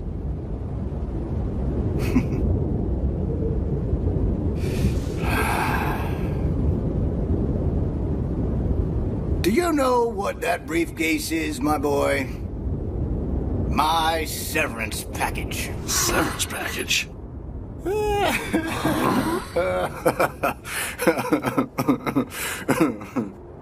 You know, it's funny. I gave them 20 years of my life. I gave them 20 years of my life, and they let me go for taking a week off because I was sick.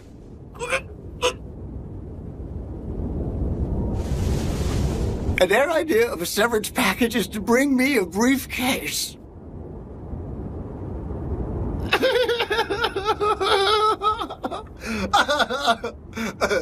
Mr. Watts? It's a long time, you know. Do you have any idea how hard I worked for them? Working day and night. Night and day. I never complained about the pay, mind you, but I took 1 week off. I took 1 week off to look after my health, and they blamed the recession! Are you freaking kidding me? In a recession like this, how the hell am I supposed to keep food in a house with a stupid briefcase? How am I supposed to eat? How can I eat? I'm trying my best.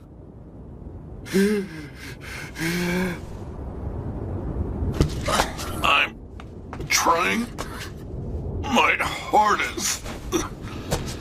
I'm trying my hardest to make this a better world. Section 3 is giving me my chance. Get away from me! I mean it. I'll do it.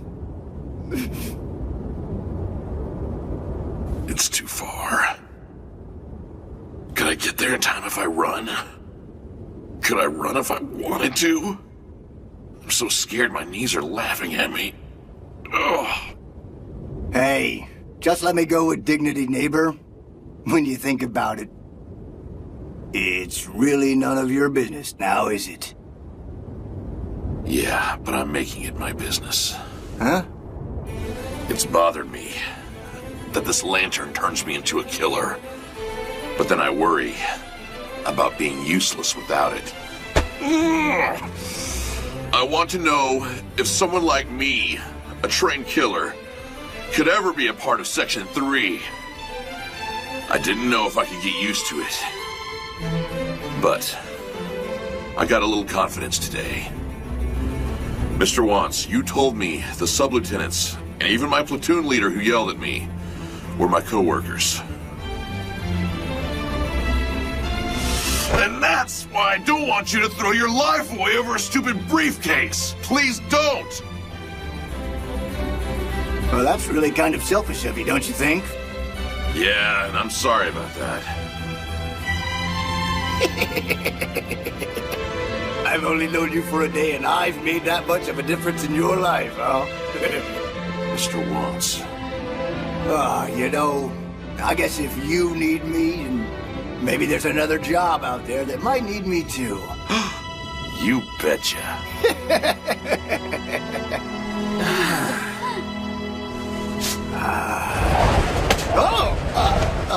Mr. Wantz!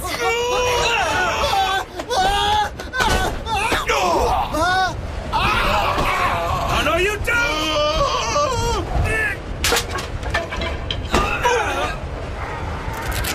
Sir, no! We're saving your life, damn it! Put your back into it, Mortis! He's too heavy!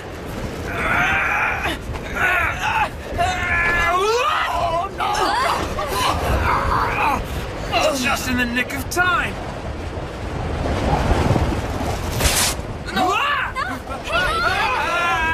Sir, please! I can't hold him! Just one big yank! One big what? We gotta try! On 3! 1,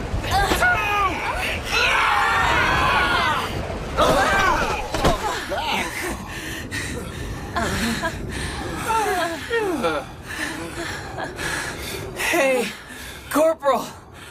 Yes, sir? Sorry I suspected you. Huh?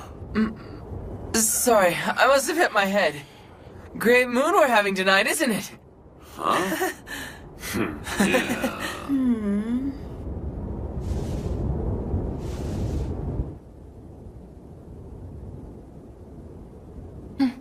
Well, look at that. He looks perfectly fine to me.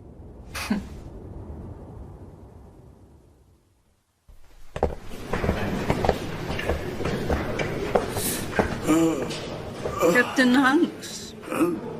That was some splendid politicking, and of course no one in their right mind would admit that an armored vehicle was destroyed by a single infantryman, now would they? And just who in the hell are you? I'm Musée Kalplan from the Science Division, head of the Medical Development Team. Pleasure to make your acquaintance, Captain. It's your lucky day. I found an extra large. Yeah, okay. But I'm being released today, sister. Aw, you think you're gonna run away from me? Modern medicine does not accept defeat that easily, you know. Really? I don't have to go right now. Don't you backtalk me, mister. Oh, to victory! And we're in! Oh my.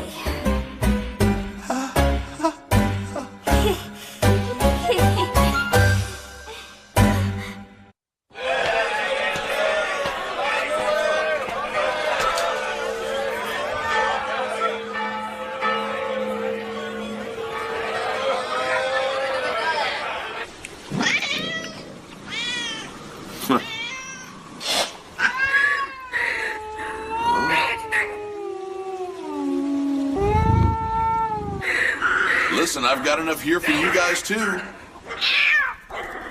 Huh? Come on, you guys.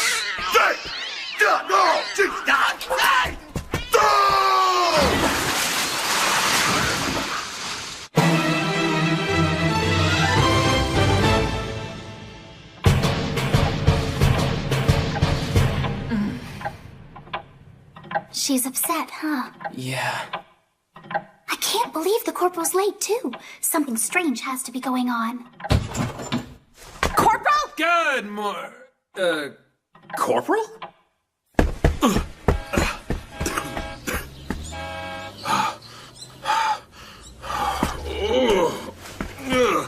Excuse me. Somebody left this by the gate. Hey, that might be dangerous. No, I really don't think so. It's not a bomb. Huh? Oh. Is there any way we could trade it in for a bomb? Oh, I wish, brother. Sub-Lieutenant Areldo, would you care to tell me how many times you've been late this month? Let's see, 5? No, wait. 6 times so You're far this supposed month? to be on time. Why were you late? Do you really want to know why I'm late, Lieutenant? Indiscretions like that are the reason the public doesn't take us seriously. And we're going to reaffirm the manner in which this unit should conduct itself. All of you, repeat after me! Us too? I guess so. In cadence. A soldier's duty is... I need breasts! Lieutenant, I need your breasts immediately. Why? Wow!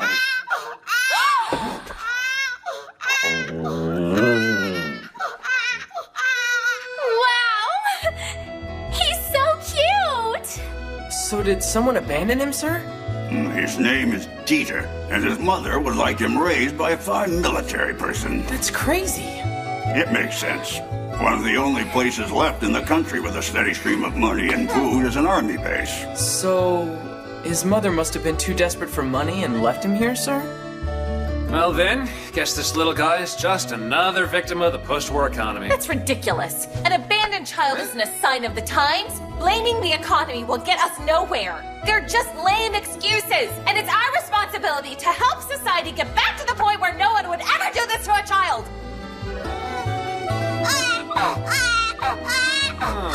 All right, you. What in the world are you crying about now? Did I say something that made you upset with me? Speak up, will you? What's wrong? Just pick him up and hold him, Lieutenant. Hold him? Yeah, he's probably missing his mother. If another woman holds him, he might stop crying. He's missing his mother? It's all right, baby. Are you Don't trying worry. to churn butter, Mother Bear? might not be here, but you have the camaraderie of State Section 3 to keep you warm, huh? What do you say? He's still crying. Now what?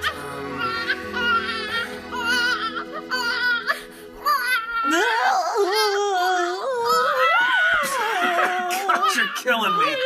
Yeah, that doesn't exactly help. Ma'am, I think I should take over from here. What a baby needs is lots of tender, loving care and affection. Come here, you little bundle of love. Baby, what's the matter? Hey now, everything's going to be okay. Just stick with Aunt Lily. Hey, you little bugger, who's got your cheek? Who's got your cheek? Sergeant Major, I think you might be smothering him. Lullaby and good night with pink roses. Oh, lullaby and good night. You're your mother's delight. Oh, sweetheart, what are you still crying for? Could be that he's hungry. Either that or his diaper's wet, but you might want to check just in case. That's amazing. I didn't know you knew that much about babies. He had some milk a little while ago, right? His diaper's probably wet now. Why don't you go ahead and change him, Aunt Lily? I can't change this baby. He's a boy and all. I'll consider it a practice run. But I can't! Please take care of him, Mr. Areldo! All right, then. There we go. Miles, get over here and help me! Yeah. All right, big guy. You brought him here, so it's your turn to take care of him. Okay.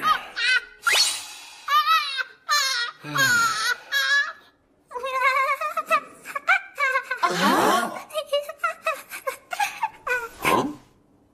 What are those guys from Section 3 running? A daycare center or something now? Sounds right up your alley. What's better PR than taking care of a few babies? Are you trying to tell me you don't have any milk or diapers here? Of course not, Lieutenant. This is a PX, not a civilian grocery store. And a PX should have all kinds of items to take care of daily necessities! I understand and I sympathize, but why do you have a baby here in the first place, Lieutenant? Are you saying it's out of the ordinary for a baby to be in a military unit?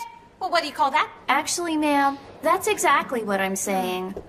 Okay. Well, aren't you the stud? Major told me that we only have enough to make it through Is the that day. your baby? Is there something No, we ma'am. can do I about just it? found him today. Let me think. He's sleeping I might so be able to get something peacefully. from the local shops. Now that works. So, Corporal, Could you do that ever for have a me? baby before? No, ma'am. You suppose I could hold him for a bit? Well, of course. He's adorable. Uh-oh. Looks like this little darling only wants to be with his daddy. Daddy?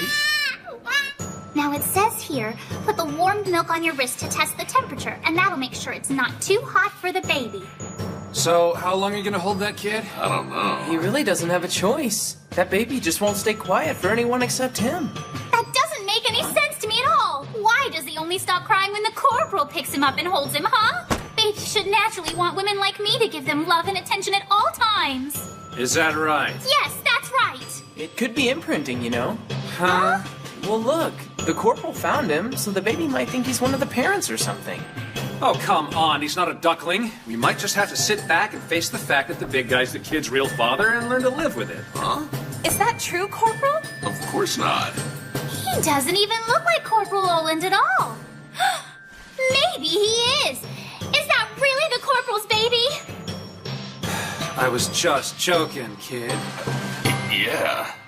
All right. So what are we gonna do with him? We can't keep him here in the office forever, you know. Agreed, sir. But what should we do? The child should probably be sent to an orphanage. Keeping him around here would interfere with our work. I'm starting a search. For his parents, sir. Are you serious?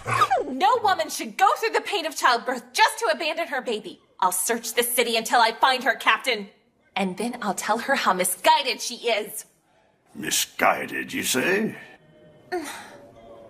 She could probably use it. All right. I'm authorizing your mission. But, sir, why the heck should we search for this kid's mother when we already have a ton of work to do here? War relief, serving the small as well as the tall. Captain. Don't lollygag either. But... Oh, for Pete's sake, what's he crying about this time? I just need to go to the latrine. Take the kid with you. Carry him. Right, sir. He's taking quite a liking to you. Might as well get used to it. Right, sir.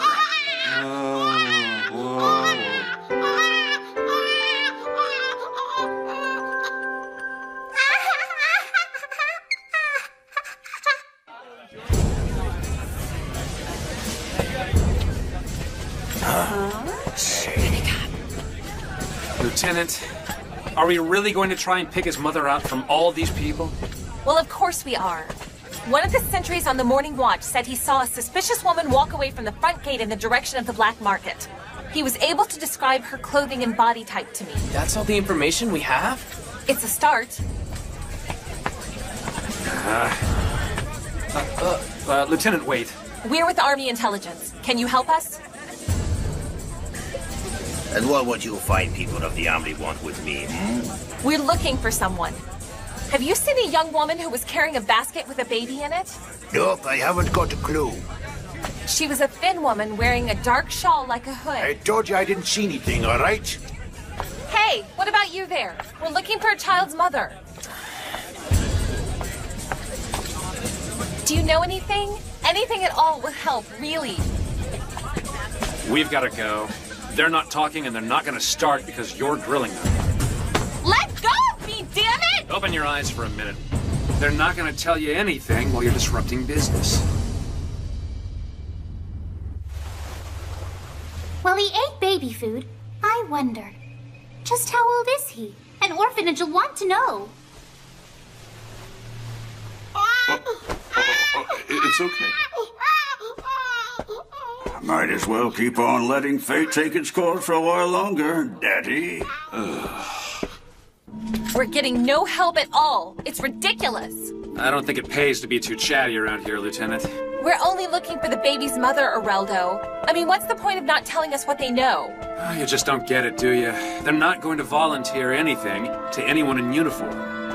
And why's that? Laws are so tight nowadays that poor folks like these can't do business without ducking the system a little. Are all these goods stolen? Shh! Are you trying to get us killed, Lieutenant? You keep on running off at the mouth like that, and they're gonna be sending us back to hunks in little bitty bite-sized pieces. That's just ridiculous. Do you really think all of these criminals and cutthroats are intimidating me? No, I don't, and that's what has me worried. Well, now, it's probably better if I play tour guide from now on. Going kiosk to kiosk like this, that baby will be full grown when we get back. Everything here is military issue. What? Yes, it is, and we've got bigger fish to fry. We're here to find Dieter's mother and turn a blind eye to everything else, okay? So what can I do for the Army today? Hey there, Pops. It's been a while.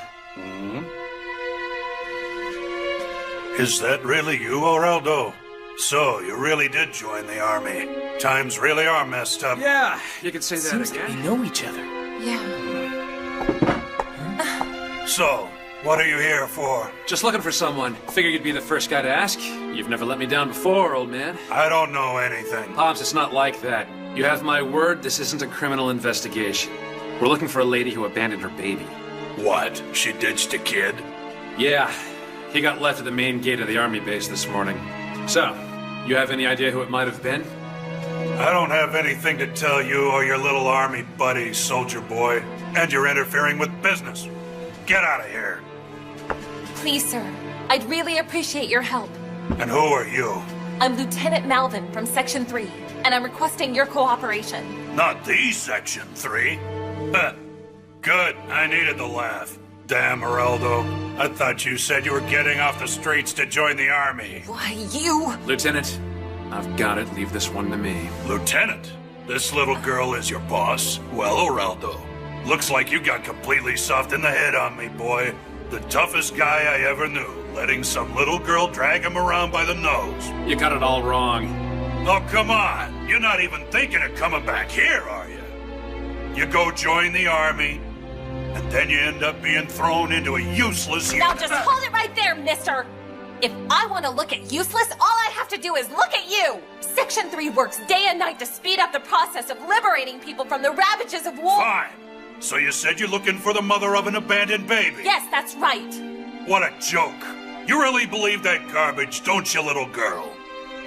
Fine. You find one kid's mother and give her baby back. Then what? This town is up to its ass in war orphans and hungry kids people don't want. And you're trying to tell me it's your job to feed every single one of them? Well, is it, Little Miss Lieutenant?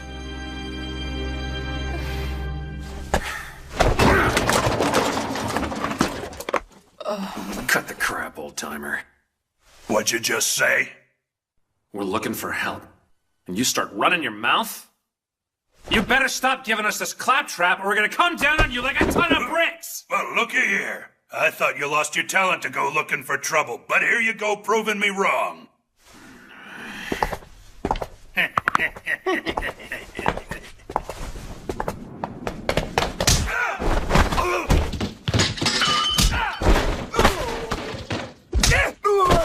So you're trying to give me an ass kicking? Not for another 10 years, you pukes! It's great to have friends in high places, isn't it?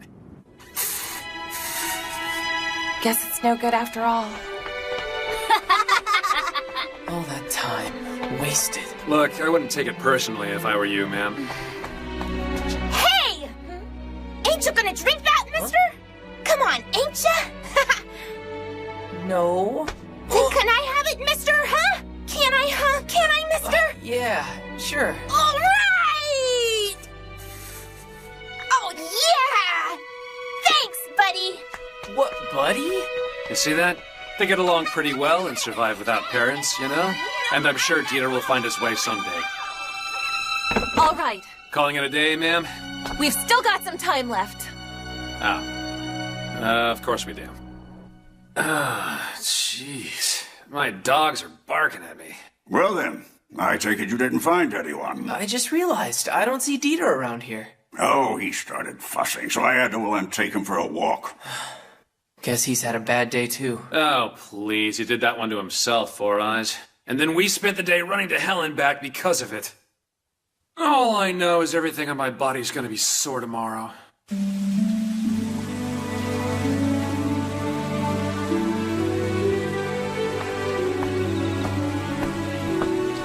Oh, you finally went to sleep, I guess. They really are cute, aren't they? Yeah. We couldn't find his mother. We looked everywhere. I guess we're helpless then. And there are so many other kids across the country who've lost their parents to the war. Doing something for Dieter really won't do anything to the root of the problem, will it? Lieutenant? I'm really not that naive, even though people think I am at times. But this child has a name and he's part of my life. I'm not gonna turn my back on him and leave him on the street. Do you think that might be... Hey! Dieter's waiting for you! You named him Dieter, right?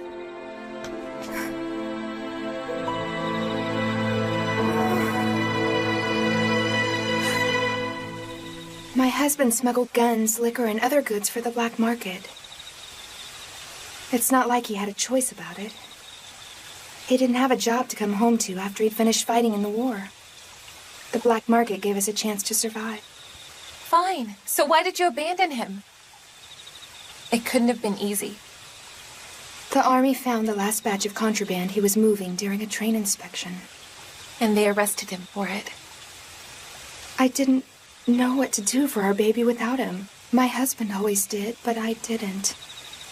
I thought that maybe if I'd left him with the army, I hoped that someone in the military would be a better parent to him than I ever could have been. Of course not. How could you possibly think that was the right thing to do? Did you really think he'd be better off that way? I'm so sorry. I did an awful thing to you, Dieter. Maybe. But you still came to check up on him, didn't you?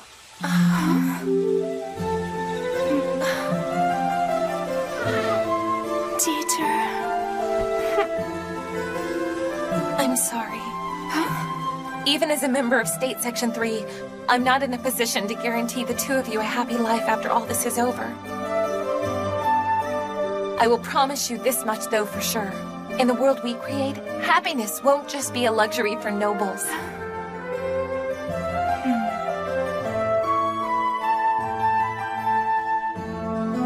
Well, it's true she was crying all the way through her apology. But I didn't forgive her for that. I could just tell. She wasn't apologizing to us, but to her baby.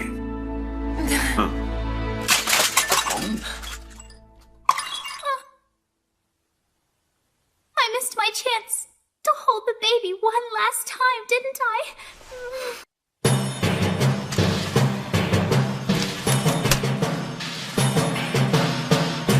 Your next mission, an anonymous tip. But apparently, provisions being sent from Central aren't winding up in the Nigel territory like they're supposed to. Huh? You three go in and check it out. Another anonymous tip? I'm not sure I like that. You already know it's part of the job. Couldn't it be another false lead, Captain? We've been getting anonymous tips like these since our unit started working, Corporal. We'd investigate them only to find out that most of them were pranks. So people who have a problem with the government get back at them by messing around with us. All of those leads can't be false, can they, Sub-Lieutenant? Some of them have to be true. Some are worth the trouble, but most of them are just a waste of time. Give me a break. Why did this have to happen while the LT isn't here? Knock it off, Aurelio. You're in charge now, so handle the investigation. Got it? Who, me? But sir... Well, considering the alternatives, I guess we don't have a choice. Well, look at you. So, you want to wager it's a fake? No way. Wait! Don't leave without Mercury! Hey, Mercury, you can't fight the corporal just because you're still mad at Major Connery. Hey, I don't suppose you know why the lieutenant requested the day off, do you? You know, it completely slipped my mind. Ow. I just happened to overhear her and the captain talking, but apparently she's gone to meet her fiancé. Huh? She has a fiancé? No way.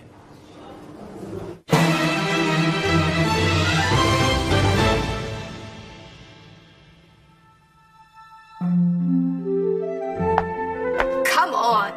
You've wasted enough time in there. Hang on, I'm not done yet.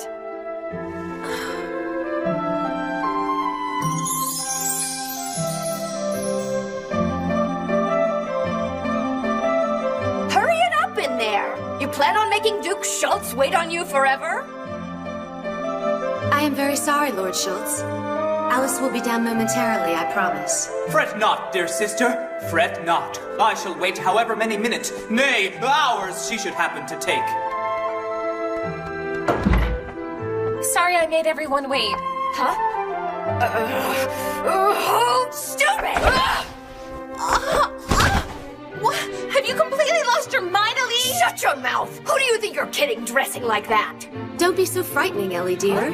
What do you mean, Sully? We can't present Alice to Lord Schultz with marks on her lovely face, now can we? Right, little brat. But Ellie, this is a highly respectable dress uniform. Do you think men are attracted to that? I wasn't trying to do that in the first place. Look, I'm tired of explaining. A gentleman is escorting you to tonight's party. You have to impress him. You dress up like a tomboy and he'll call it off after he's done being nauseated. Get out of those man clothes and do it quickly. But Ellie, our family prides itself on its martial heritage. Stop babbling about that, will you? Alice, please understand that what Ellie is telling you is for your own good. I am sure you're aware that our house and the Schultz family have been friendly for quite a few years now. If you're truly considering the Melvin family's reputation, think very carefully about the significance of tonight's function.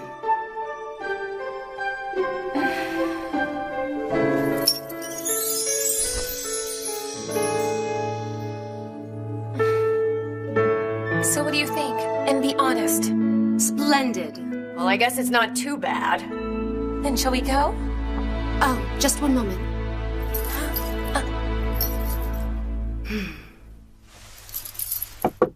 I don't think our mother would want to see a daughter of hers wearing something so gaudy, especially since it brings too much attention to your chest.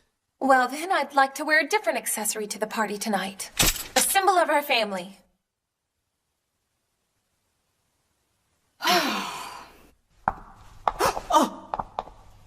Oh, Alice! Oh, Alice, my beautiful Alice! Forgive my rudeness, but I simply could not contain myself. Let me take this opportunity to thank you for your invitation. However, aren't we just a little too early to go to the party, Lord Please, take these. 1,000,000 of these would be but pale imitations of your beauty, but please accept them. Well, I think you... At least he has the same level of cluelessness. Shh. So then, may I impose upon you beforehand? Perhaps a park stroll? What do you mean? This is the first chance we've had to meet in quite a while. Wouldn't you like to talk? Dearest sisters, let me borrow your youngest for a while. No bother at all. Please take her off our hands. Ellie, what are you doing?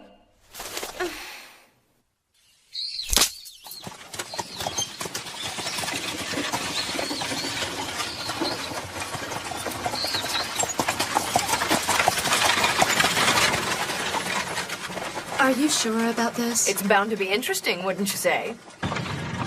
Now that we've put those distractions behind us, we can finally discuss our brilliant future together. Our future?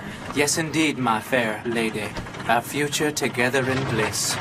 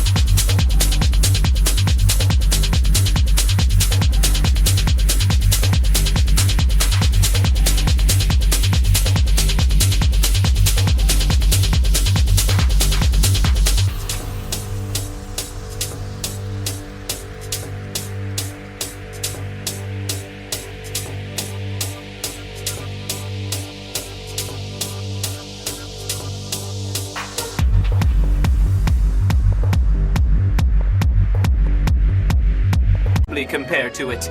What are you trying to say, Schultz? I'll make my meaning plain. You are of a noble family, and your proper place is preparing yourself for your nuptials. This is who you truly are and the person you were born to be. Please abandon this soldier's life. You can't possibly tell me that you feel fulfilled in this public relations unit of yours? Oh, the things the commoners are calling you. They can say what they want. But hearing such tripe about the one I love tears my heart to ribbons. You really should let it get to you so much, okay? But dealing with the poor and indigent has to be painfully beneath your rank and station. A noble woman should have a higher calling in our society. I'm certain your subordinates are handling things without you this very minute, are they not?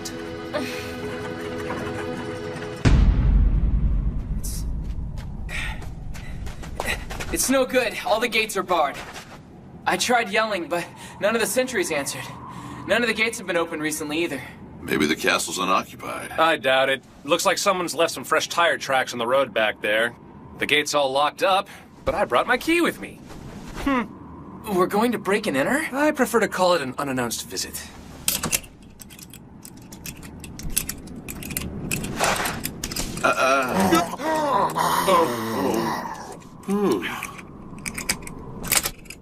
Still got it. God, what a mess. You'd think a nobleman would have a grounds crew or something.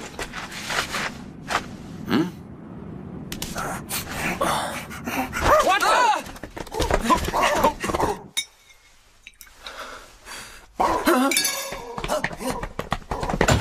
Lord Ian, intruders on the compound!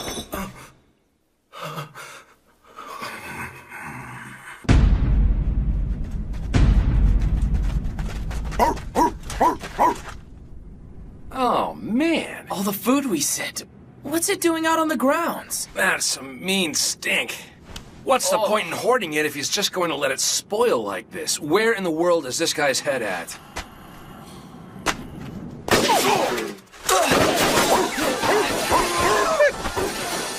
That's not right. What tipped you off? The rotting supplies or the gunfire? Give it a rest. The intervals between those two shots is too short. See? They're automatic.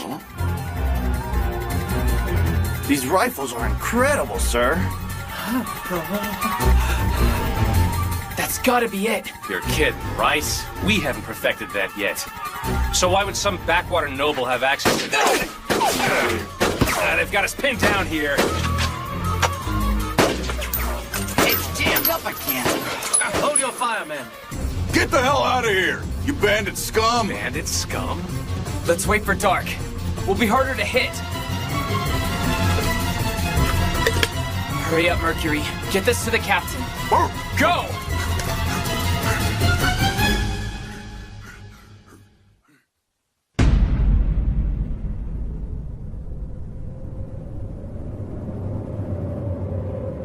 I'm starving like Marvin. How can you say that when we're in the middle of this god-awful smell?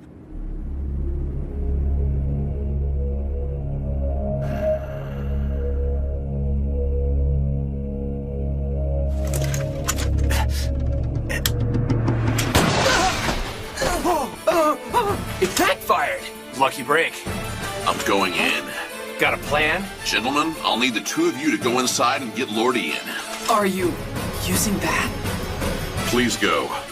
Quickly. Got a bad feeling about this. Well, we're not gonna have our easygoing reputation anymore. Die, you filthy bandit! Hey, hold up! Who the hell is he?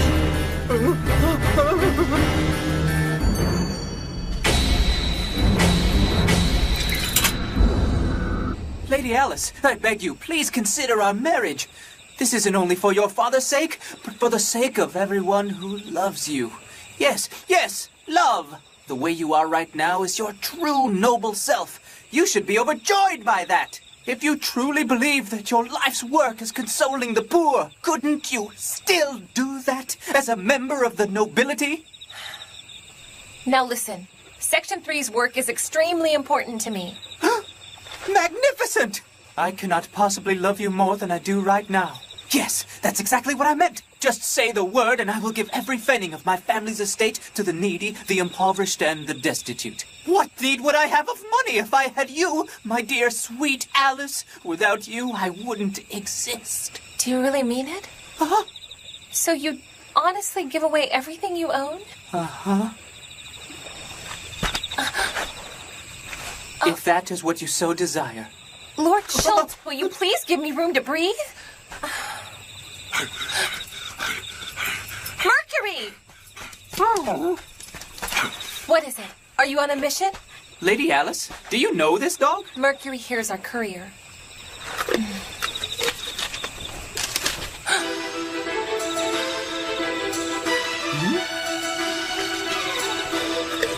Sorry I held you up, boy.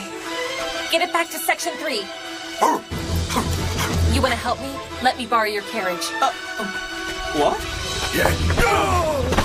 Hiya!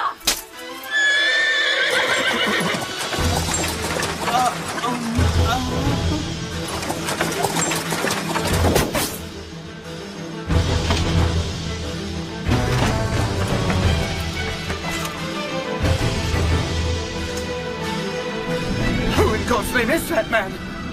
That blue lantern. What does it mean, Lord Ian?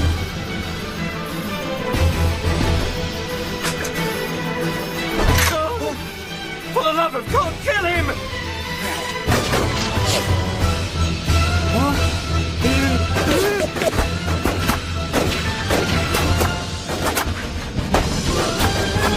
Shoot him! What are you waiting for?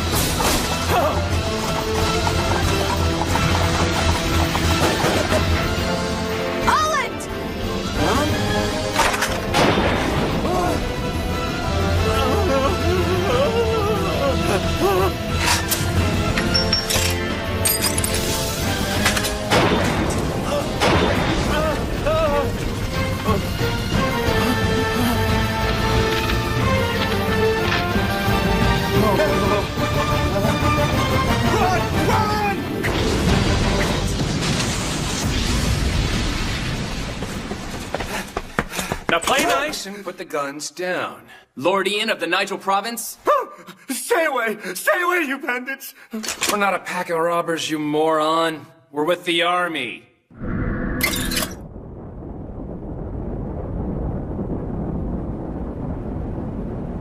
Sorry I was late. I was on a date.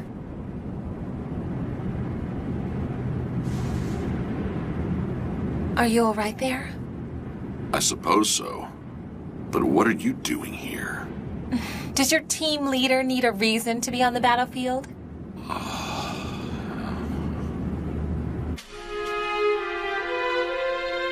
Those rifles were given to me. By whom? I don't even know if I was talking to a man or a woman. The person just gave them to me. You have to believe me. Lieutenant, these rifles don't appear to have any serial numbers or manufacturer's imprints on them. That's impossible. Take a look for yourself, Mortis. Catch.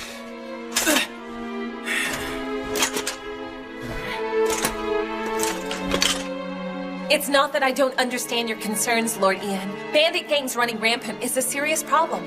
However, I can't let you get away with squandering the provisions we've been sending out here for the people. Those common people are who I fear the most. Their provisions can rot all over the bloody place for all I care. What's that? They despise the local aristocracy. We forced them into poverty for the sake of victory in the war. And I heard there were people running rampant in the streets and towns murdering nobles. Isn't that right? Isn't it? I have a right to defend myself, don't I? Oh, don't I? What a ridiculous rumor. And I suppose your benefactor said that? Mm-hmm. And that's why you sequestered yourself here? What about your servants? I gave them time off. My retainers there have loyally sworn to defend my house for generations, and they just wouldn't leave. Mr. Martis, contact the nearest police station. Ma'am. Have Lord Ian placed in custody. Let the army figure it out. Sure gotta hand it to whoever made Lord Ian accept these advanced weapons. He had to be a master manipulator who knew how to mix in a little bit of truth with his lies. You mean the part about commoners killing nobles? It's true that things like that happened right after the war ended. The press had a real field day with it. Lieutenant, With Viscount Vulcan's tank now destroyed, those rifles just became highly valuable evidence to us. We need to keep them safe, ma'am. You think these incidents are related? Yes, ma'am, I do.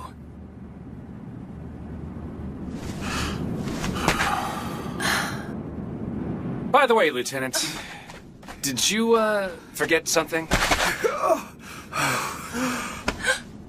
They ran here all the way from the park?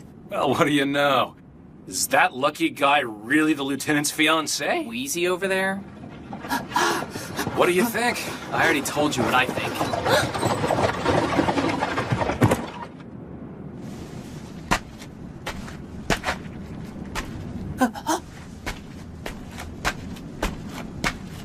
Your chariot is waiting, my princess. Lionel, it's you. So, who's he? Oh yeah, like I would know. We still have time before the party starts. We should be on our way now. Why did you come to Lord Ian's castle? Where else would I be except by your side, my love? Don't tell me it displeases you.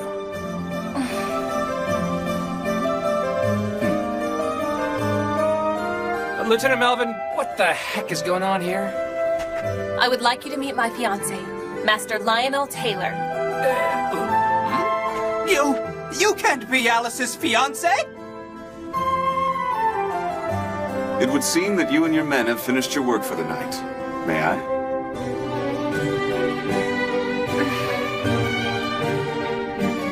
Why are you hesitating?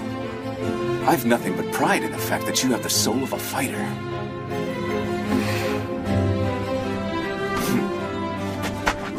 Fare thee well, Schultz. I trust we'll see you at the party. Try not to be late. I will not be so easily beaten, Lionel! My beloved still hasn't decided between the two of us yet! Do you hear me? Looked like her mind was made up to me. I'm sorry, sir, but who are you anyway? Huh? I must say, that was outstanding work. The villagers around here should see an immediate benefit from it. You're talking like you know everything about it. Well, of course I do. I was the one who gave Section 3 their latest anonymous tip, after all. I'm sincerely hoping you won't hold it against me, but I knew you'd be just as disgusted as I was.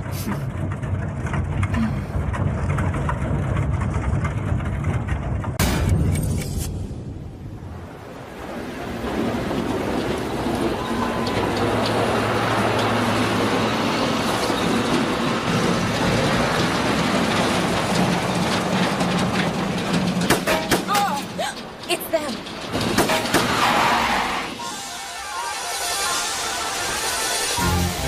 Those soldier boys don't have anywhere to run to. Box them in and don't let them breathe. Yeah!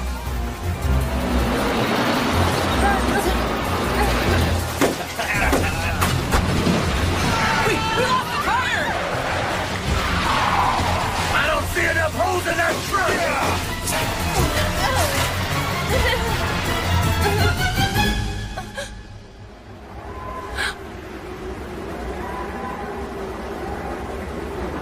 Now, get out of the truck nice and quiet like.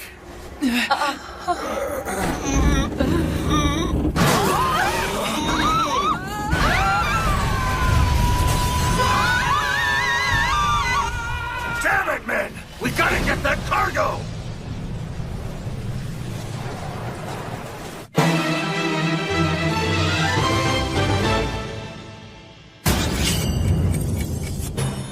Right here. Your destination is Essan. Huh? You have exactly 48 hours to make it there. That's the mission. Get the case to Essan in time. It needs to be safely delivered to the people there before time runs out. Sir! Speaking of Essan, that's in the north. We're in the middle of winter, and we're gonna have to cross several snow-covered mountains just to get to it. Essan, Essan, the white land. Oh, it's a land that knows no summer, and spring rarely comes. Snow is everlasting, and I forget the rest. Good God, what do you call that? Just remembering a little folk tune about the place is all, really. People taking cargo into town have had more than their fair share of trouble, that's for sure. What? I'm just saying, sir, isn't this just a simple delivery job? Why would they need an army unit like us to deliver the case? All right. We've also been getting information that there are groups of bandits operating along the mountain passes on the way there. Mountain men. Those mountain passes are the only reason people in that town aren't starving. The army's been petitioned for assistance, and you're going in. I'm having you investigate the situation and make the delivery at the same time. Understood, Captain. If you don't mind me asking, sir, what's in the briefcase? That has to be one heck of a payload to get the army involved. It must be important. That's true. So I'll tell you what.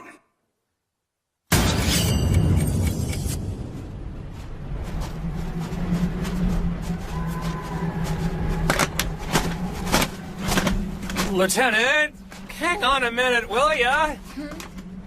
If we don't stop, I'm gonna die. This stuff weighs a ton. You want to conserve energy? Why don't you stop wasting it running your mouth, Areldo? I'm sorry.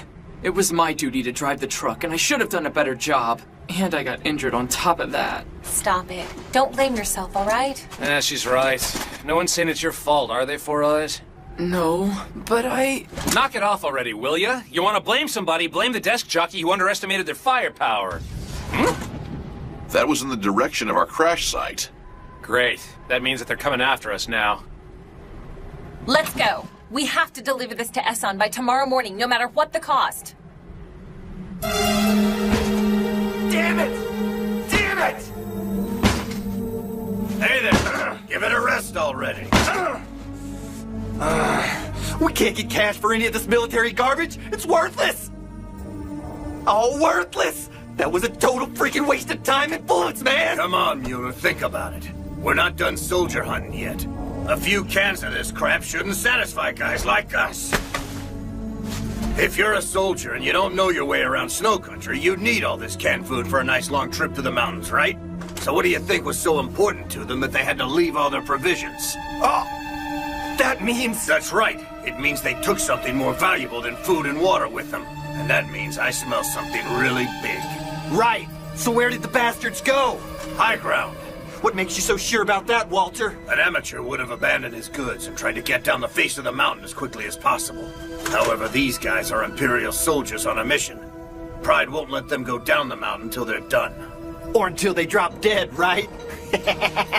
You could put 50 of them in a room and there wouldn't be a brain in the bunch. Thanks for letting me enjoy this again. You walked around snow country during the war like you owned it, and the people in it, soldier boys. Well, payback's gonna be a bitch.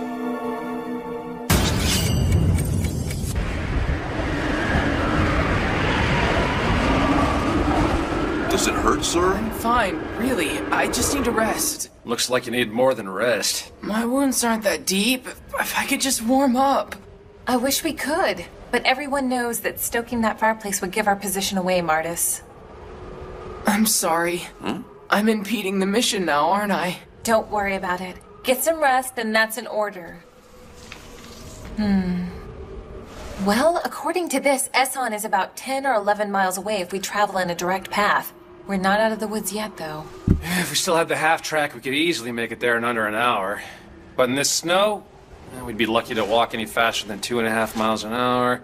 Ah, good God, that's a 4-hour hike. But the storm could possibly let up by daybreak. If we can leave by tomorrow morning, we should be able to make it in enough time. Well, sure. Which means the only problem left is the bandits. They're crazy, but I'm not sure they're crazy enough to attack us in the middle of a snowstorm. And even if we get up and leave at first light, what's keeping them from attacking us then, Lieutenant? I'm sorry, I'm useless. I got us stuck on the side of a mountain without any winter combat equipment. We do have 2 rifles and some ammunition, sir. That's not gonna help, Corporal. Oh, come on, man. Martis! Yes, Lieutenant? I thought I ordered you to take it easy on yourself. I'll try, ma'am. Just do it. Right now, Martis, I need you to do the most important part of your job, thinking. I need your head in the mission. Got me? Yes, ma'am.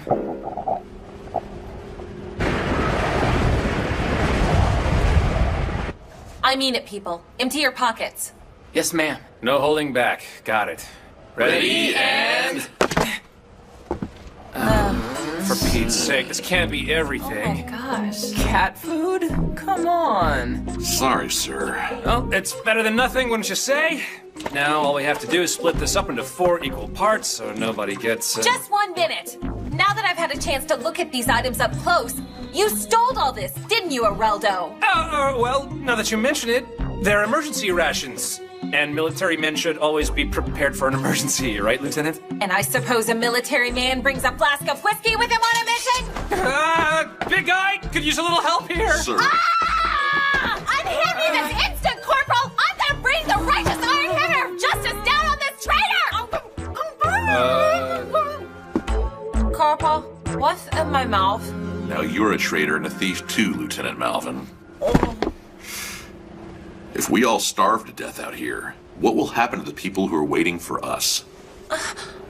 He's got a point, ma'am. We can probably overlook how we got a hold of all our rations and just enjoy them, wouldn't you say? It's for the mission, after all. Then it's decided. We'll build up our strength and get going in the morning. Sounds good to me. Areldo? Yes, ma'am. Split our remaining rations 4 ways. And I better not catch you stealing. Roger. I'm allowing this for the sake of the mission, so everyone eats their share. However, our master thief only gets the cat food. What?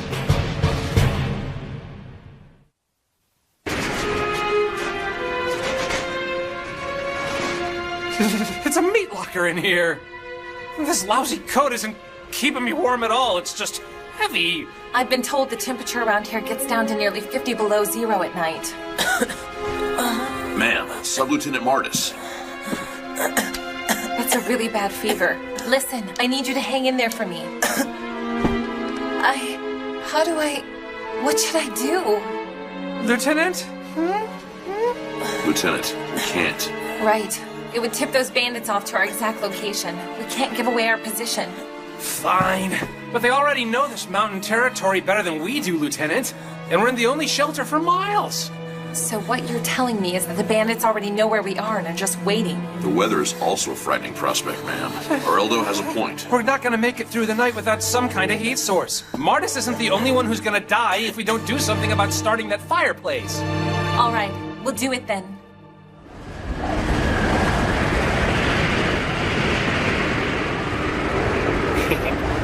Hey, Walt. I got him. Cabin on that north ridge over there. Yeah, looks like you were right about them climbing up the mountain. Yeah, but they've gone too far up the north ridge. We're gonna have to circle around the long way if we want a shot at it. Fine, let's go get them. Nah, I'm not in any rush. You gotta admire a bunch of soldier boys who made us chase our tails so long in this blizzard. I'm not done playing with them yet. Okay, we have fire, but I'm barely feeling any heat at all. There's no firewood, and even if there was, it would be frozen. At this rate, we might be okay, but Martis sure won't be. Hey, big guy. Sir? Given our current situation, there are 2 methods I see for us to get our bodies warmed up. The first one involves drinking some of this and getting warm from the inside out, if you know what I mean. Sir, that might be inappropriate, and the lieutenant is far too young to have any alcohol. Bastard! You should be ashamed of yourself! Okay, we don't have any choice but to go with number 2 then, do we? Nah. Even if I am your superior officer, I can't even imagine making you do such a dangerous thing, Corporal. It's just too big a risk to your life and well-being. Sir, if it's for the lieutenant, you know I'll do anything. Really? What? The lieutenant and I? Idiot! All of us, you lech! What in the world are you thinking? Now pipe down, will ya? I misunderstood, but I couldn't possibly ask for something like that. Didn't you just say that you'd do anything for the lieutenant? Are you trying to pull a fast one on me, Corporal Oland? But I thought that... The lieutenant's life is at stake here, you know. All right, what are the 2 of you whispering so much about over here? Well, You're gonna wind up dead if you don't do it! Lieutenant Malvin! Yes, Corporal? Well, What is it? Go on! Go on! Lieutenant, about the current weather... Uh-huh. Well, ma'am, on a snowy night like this, The sheep! The sheep! Right. Lieutenant, have you ever noticed the way that 2 sheep sleep together when it's really, really cold like this? Can't say that I have. What's your point? Well, actually, I haven't either. However, in order to make it through cold nights like this, What? If you have something to say, then spit it out already. Right. Lieutenant, Corporal Olin requests permission to share his body heat with you like a sheep, ma'am. Oh, Corporal. Yes, Lieutenant? Why?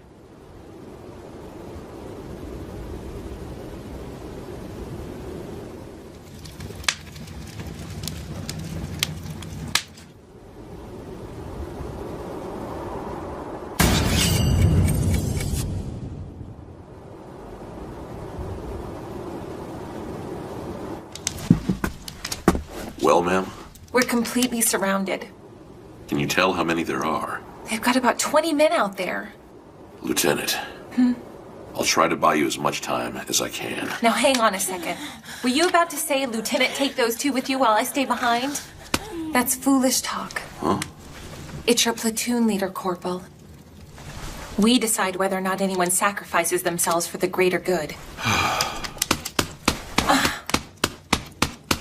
The whole dying so others might live thing is really touching, but there might be another way to do this if you're interested. Huh? We still have a little more time before we start moving towards Esson, right? Hey, Aroldo. You're a perfect target right now.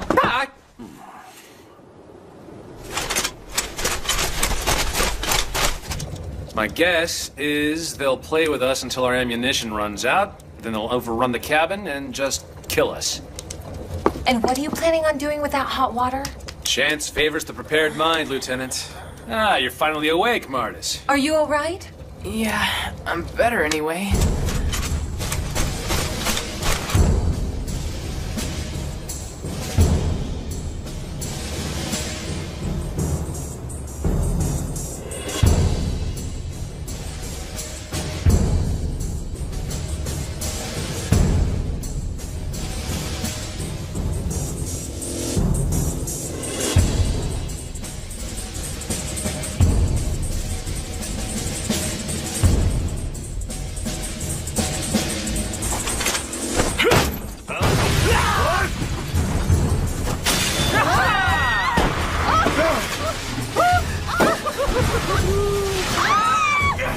How in the hell did they make a sled?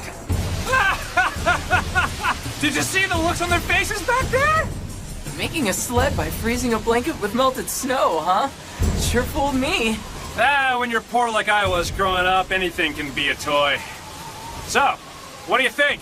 We ought to be minutes ahead of our schedule by now. Yes, I suppose so. However, it's irritating to know that we had to run away from that bandit scum. I'm ashamed. We haven't lost yet, Lieutenant. We may not have won a firefight against the bandits, but if we finish our mission, we win. Make sure you get the shipment there safely.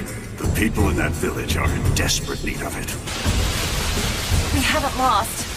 So, right! For the sake of the mission, we will continue our strategic retreat until we are at the town square of Esson. Roger! He was stupid, but he didn't deserve to die like that. This isn't about money anymore! Don't let those soldiers get off this mountain alive! Yeah! Damn it! I was hoping you'd give us a little more lead time than this.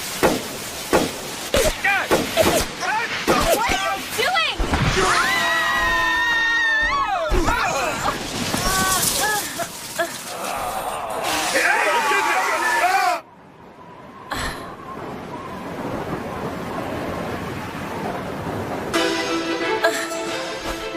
Give me a rifle. You go on ahead.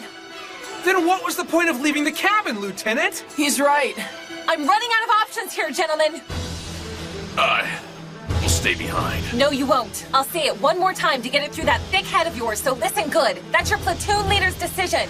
And I said, I'm staying. Unhand me right now! Let go of The me, rest is damn up to it! you, big guy. We fire all at once! Get a good aim!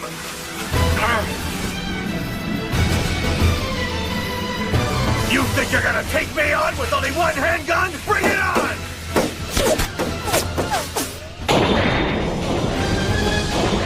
Did he do it?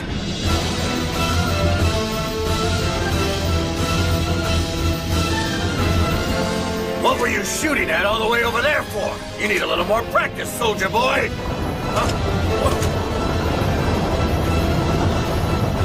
Esson is waiting for the serum that we're bringing, and I'll make sure it gets through. What do you mean? I've been chasing you all over this mountain for some lousy serum? Well, that's one hell of a mission. Gotta hand it to you, soldier boy.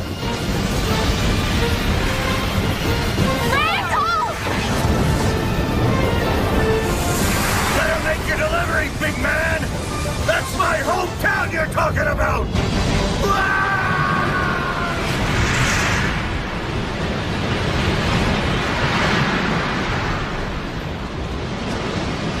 I can't believe, after all that, Corporal. We haven't lost. How can you possibly say that now? If you're lying dead at the bottom of this ravine, then we've lost both the mission and the battle. You, Corporal Oland, you're an idiot! You're an idiot! You're an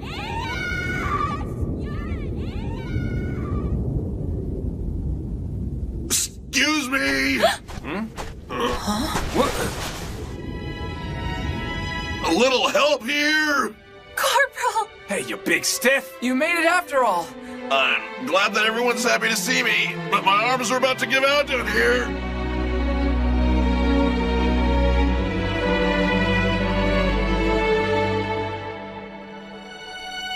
There it is. We made it to Esson. Yes, ma'am. And not a moment too soon.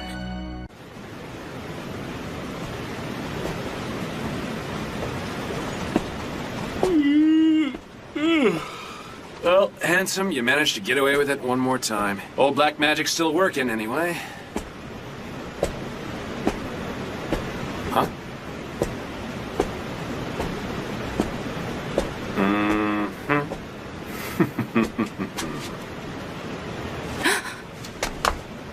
Huh?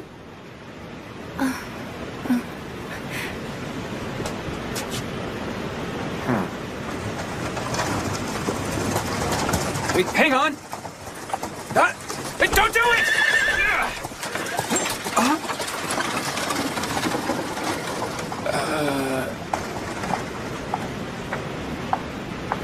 Okay, guess I was wrong.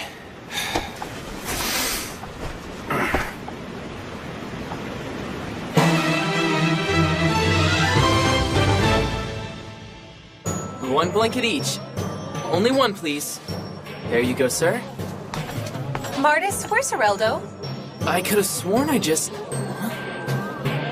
I'll track him down, ma'am. Only one blanket per person! Damn it, Oreldo! What are you doing over there? Why, taking care of the huddled masses, of course. Okay, ladies, I've got your linens right over here. And because you look so lovely and so cold, I'm gonna give you 2 along with my phone number. Stay warm now. Huh? Ah, damn. Real shame it wasn't her. Excuse me? Oh, sorry about that.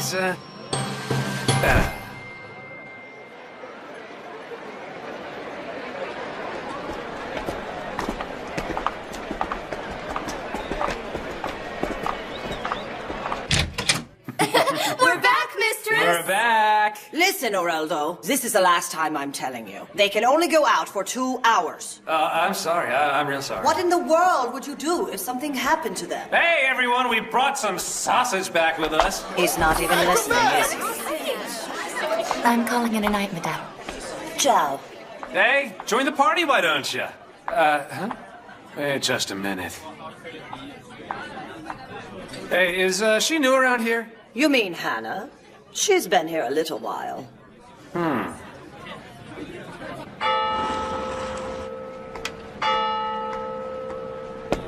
Welcome to the Vinmule. 2 days in a row, Oreldo? You must have had a hard day at work. If you want to go out with Kathy and Marie, you're out of luck today. Is that right? Guess I'll just have to settle for you, old girl. In your dreams, big boy. Yeah.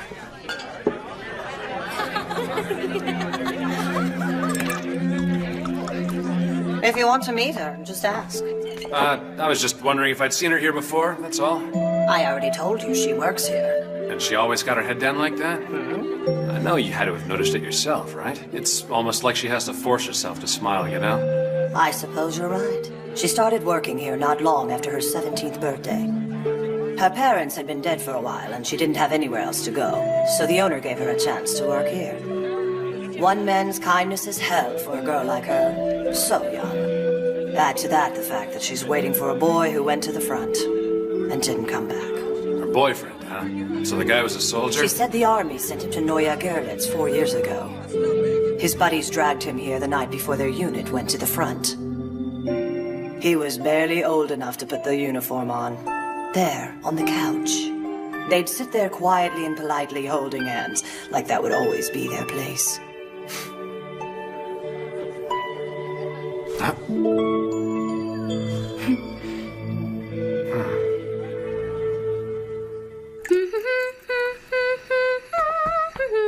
Good morning, sir. This coffee ought to get us going. Yeah. Looks like you could use a morning boost too, so... Huh? Mr. Areldo? Is he sick or something, sir? Completely clueless this time. He's been like that ever since he got in this morning. It's time to move out, people. We're patrolling the Halp District today, so let's make it happen. Yes, ma'am. Areldo, get out of that chair, mister. I think she's trying to get your attention. Wait, where, what? Now, for Pete's sake, it's only you. What? I know he wasn't just talking to me. Areldo, get out of that chair right now! Please, calm Don't down, make Lieutenant. me come over there, Sub-Lieutenant Goldbrecht. People are constantly laughing at us, and you're sitting there doing nothing about it! Stop Lieutenant, daydreaming and get to work, damn it! You want to take Hannah out? Yeah. And, here it is. Believe it or not, the spaghetti here is a lot easier on the stomach than it is on the eyes. And you always complain about it till you eat at a big shot.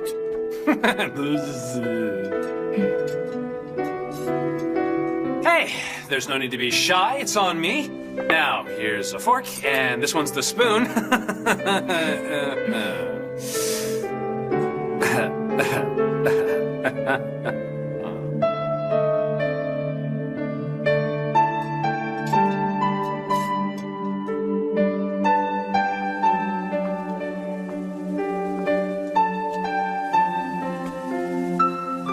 Hannah, aren't you enjoying yourself? That isn't it at all, really.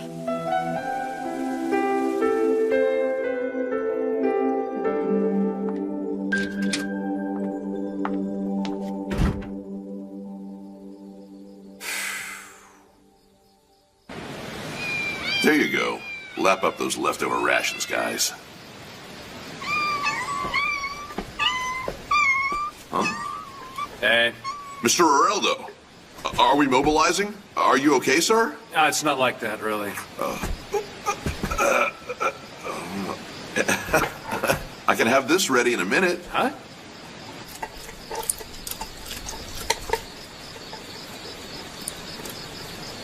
It's like her soul is empty. He really said that about a girl? I knew it. It has to be serious. And he didn't say anything about it to you? Nope. And you being his friend and all, he may have actually bitten off a little more than he can chew this time.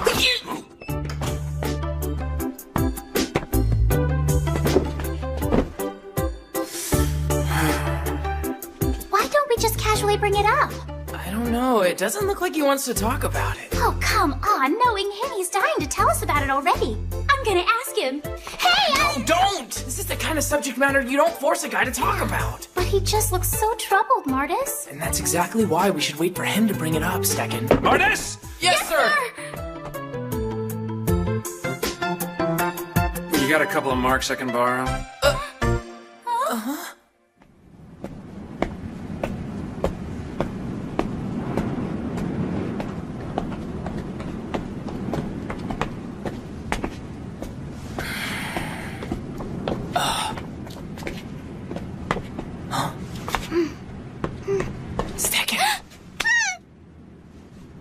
Oh, it's you. Well, it looks like we're both worried about him, am I right? Yeah, you're right about that.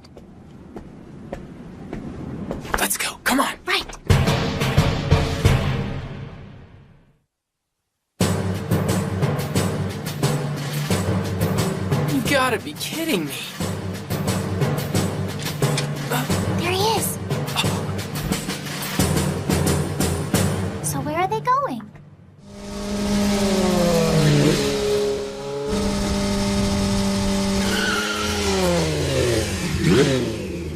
What do you think?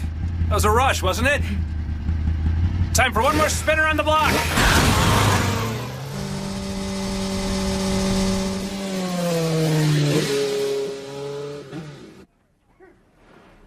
Peace and love. Yep, no doubt about it, sir. And on top of that, it looks like his lady friend lends her body to gentlemen for a living.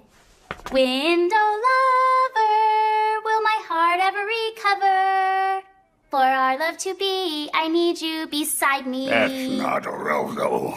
Come on, we should support him in his time of need, Captain. Where the hell is Areldo? He ran off with a motorcycle and the motor pool section head is breathing down my neck. I'm sorry. He needed it for a mission, and I forgot to hand in the paperwork. Yes, a mission. Right? Mm-hmm.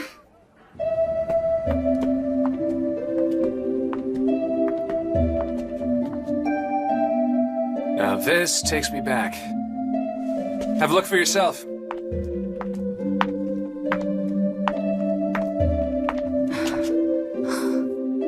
It's beautiful, right? Army intelligence is over those buildings there, and the Gerst district is over there.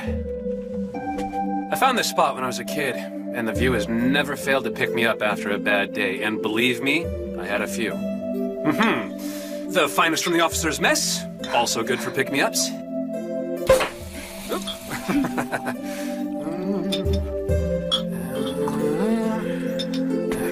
Let's toast our view of the Capitol. What do you say? Mr. Areldo, why are you doing all these things for me? Whoa, that was really sudden. You were on the mains bridge the other day, weren't you? You just looked so sad to me, and I wanted to know why. Hey, forget about him, will ya? There's no point in dwelling on it, is there? He's gone, but you're here, and that's what matters. I really understand your pain, and I know why you want to believe he's coming back to you. The war's been over for 3 years, Hannah. And if he's coming back, he would have come back by now. Damn it. Frank told me he's coming back, and that's all the proof I'll ever need. A lot of soldiers went to the front promising their girlfriends they were coming home. I'm sorry, but I'm pretty sure this date is over.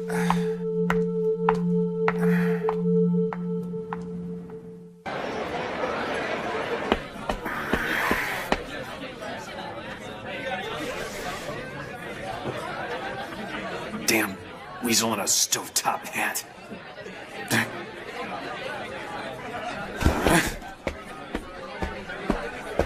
Hey. What is the meaning of this? I hate to disappoint you, pal, but she's with me tonight. What's that? Stop it, Oreldo. I see. You're that lovelorn soldier boy. Don't you worry. I have quite the lovely evening planned. For the money I'm paying, I'm taking excellent care of her. Oreldo! What the hell? You filthy bitch! Stop it! Damn it! I need a hand over here! That's enough, son. Mind your own damn business. Mind our own business, huh? Oh, damn, that's smart. Yeah? Well, you deserve to get roughed up a little bit. Sorry about that. I just got carried away back there. Which circus did you steal those 2 freak show bouncers from? Think you're the only white knight who's tried to save one of my girls? It doesn't work that way. Just wanted to see if there was a smile underneath all that pain. She deserves to be happy too, you know. Get over yourself, boy. Huh? You say you want to make Hannah smile. Honestly, you'd stand a better chance of making me an honest woman.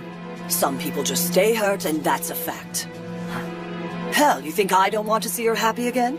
Of course I do. But she's not going to smile and mean it until Frank comes marching back from the war.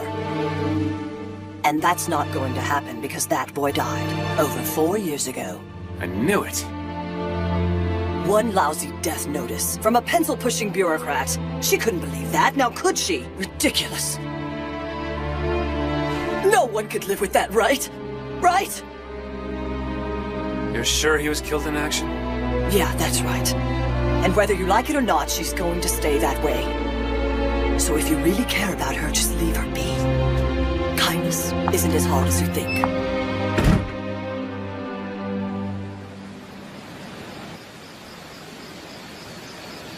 And she's still waiting for him to come back. Huh?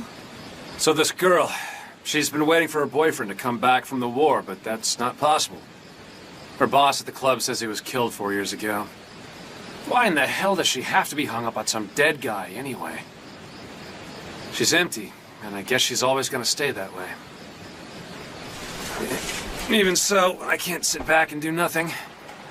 Even though she's never really gonna be happy. Well, sir, I'm not so sure it's over yet either. Huh? The war's still all around us. That's why people are stuck on it.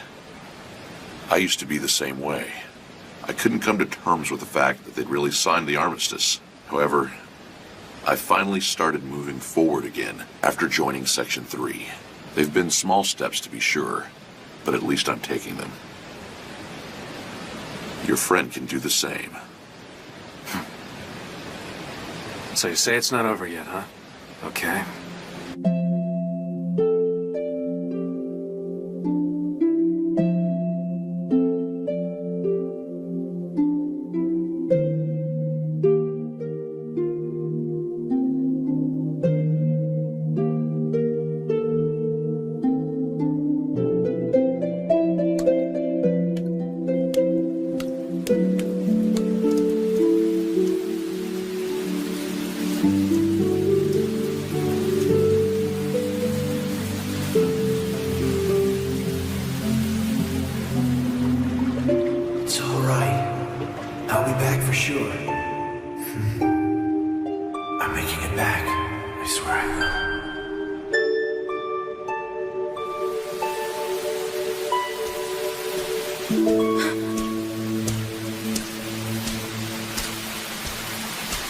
Frank? You made it back! Oh, Frank! The Battle of Neue Gerlitz actually helped determine the outcome of the war. If the Republic had won that battle, they would have had a direct line of assault right into the capital.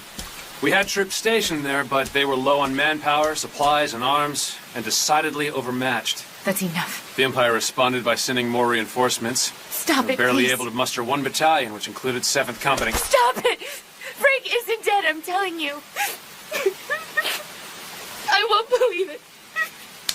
Then just listen. Frank went to war trying to protect you. And this is how you honor his memory? You can't go on this way. He wouldn't have wanted it that way.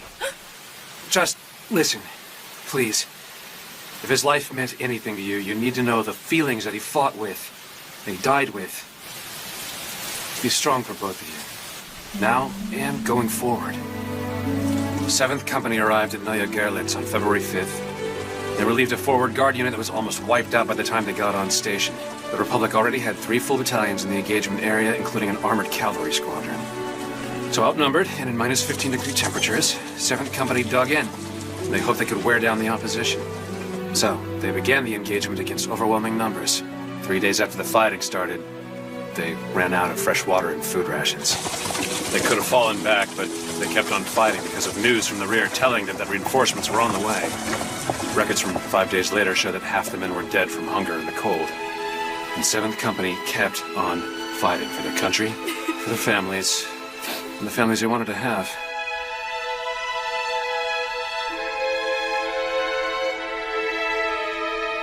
The 7th Company gained a temporary advantage, but on February 15th, the Republic Army's 3rd Battalion from their 4th Division reached Neue Gerlitz.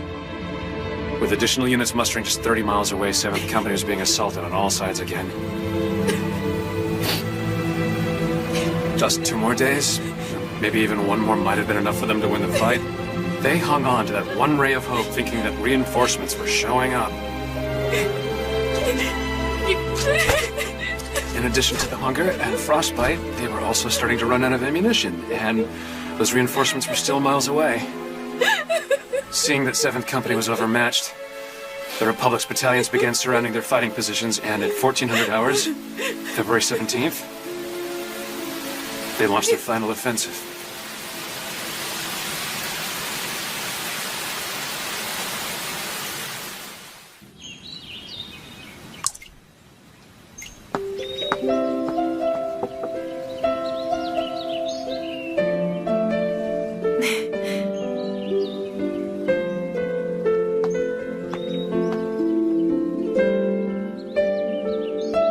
Heartbroken?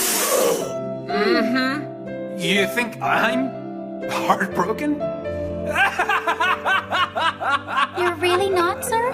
But up until yesterday, you could barely even concentrate on your work. Look, the two of you got this thing all backwards. I just couldn't let her feel sorry for herself all the time. So you really weren't in love? Of course not. Oh, I see.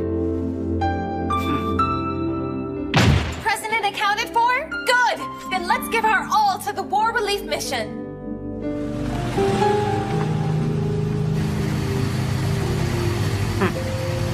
Well, it finally got dumped.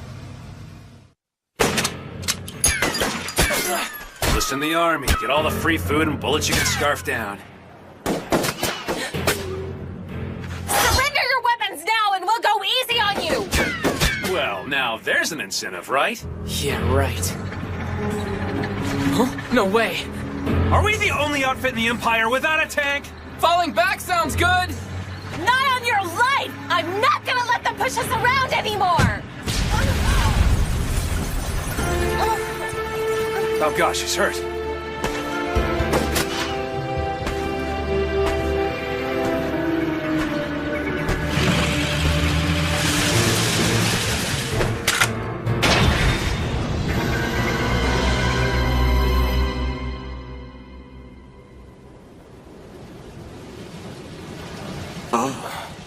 Lieutenant! Corporal Oland is still with us, ma'am. Good. Still leading with your chin, I see? Sorry about that, sir. You're all ragged, big guy. Ma'am? I mean your uniform, Corporal.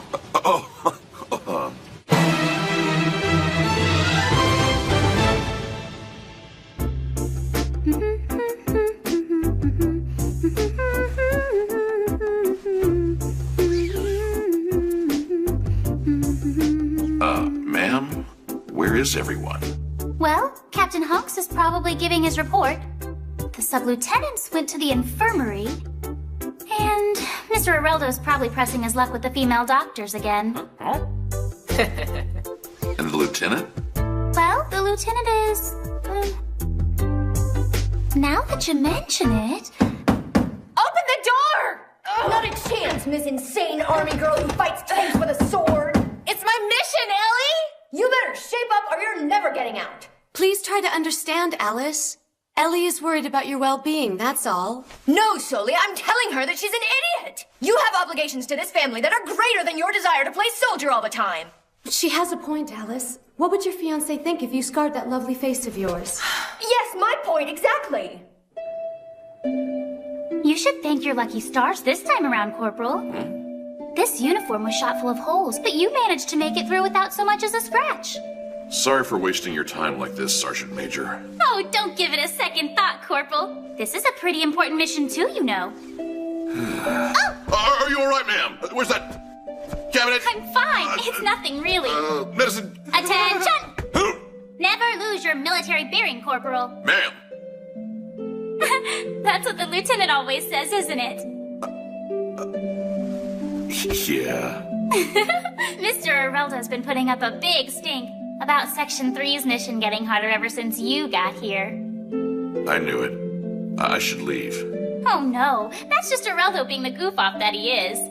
Joining the army means I have to shoot at people? I only came here for the free food, so a little hard work would do him good anyway. Maybe.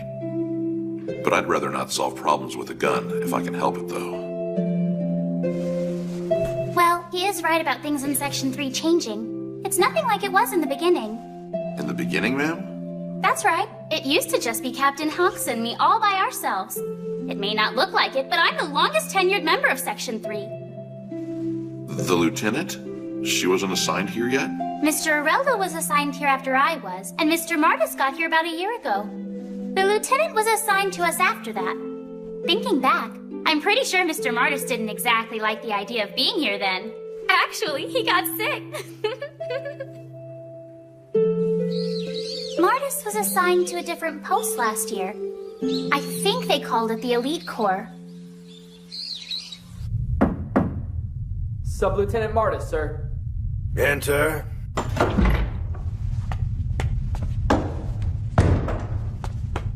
With all due respect, Major, Our bid on relief The subject is not up for re-examination, Martis. Major Ronki, please reconsider this.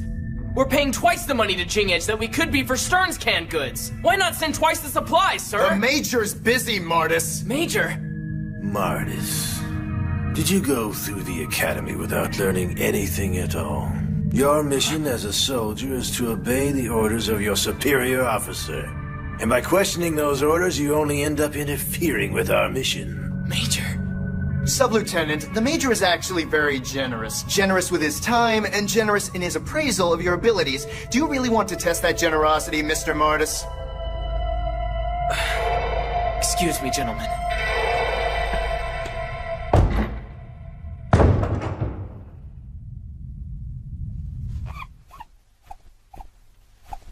So what can I get for you today, sir? Tomato juice. Make it a beer. Right away, sir.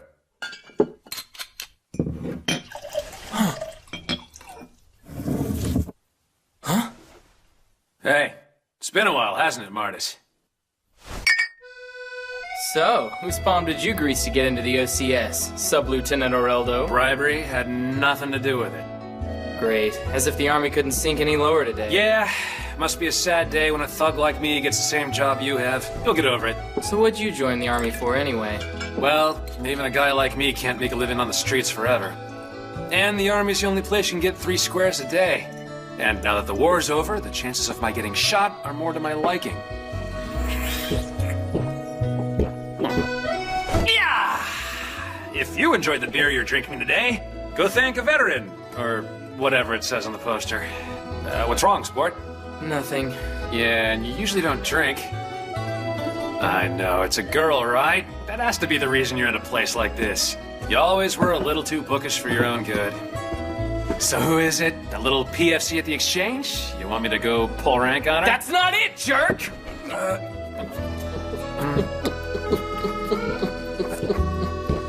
Whoa!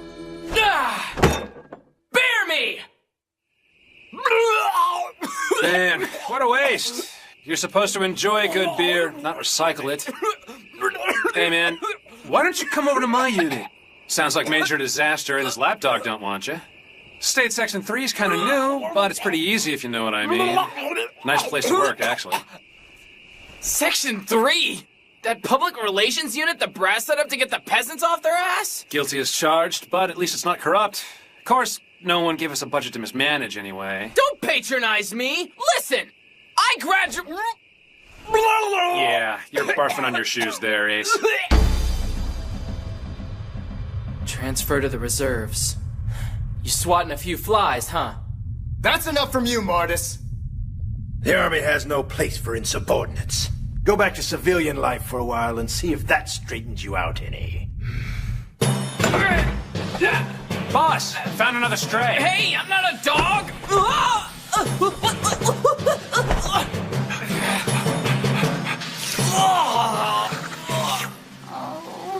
Mercury, cut it out! Our guests aren't sausages, you know.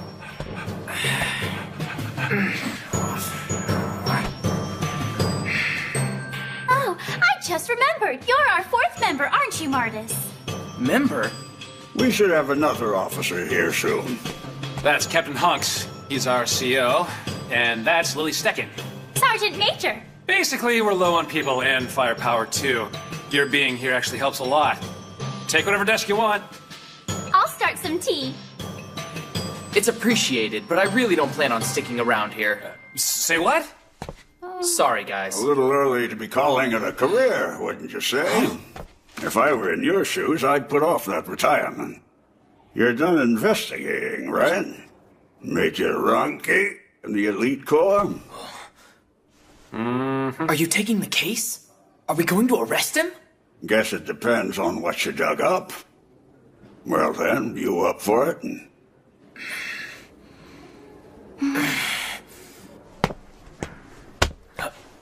Welcome to the team, Mr. Martis. Look, I'm working here with an old man and a giggling airhead. Just imagine the agony I'm going through for a minute, okay? Oh dear, she's gone. Damn, she just had to do that. The captain got Mr. Martis's transfer to Section 3 approved, but... Here you are, sir. All right, here you go. This is Section 3's job? Yeah, the mission's war relief. Is that a problem? Not really. I guess I should just let it drop. What are you so bent out of shape about? Wait, is this about Major Ronki? You've got to let the captain follow up on all the leads you've generated. Hurry it up, will ya? Yeah. He said that too, but it's probably going to wind up buried under a mountain of red tape. Idiot. Believe it or not, that man's concerned about you. There you go, pal. Thank you. I enlisted in the army because I thought I could do something to really make some kind of difference, Areldo. Come on, man. Getting all emotional on me ain't gonna help. Mr. Martis.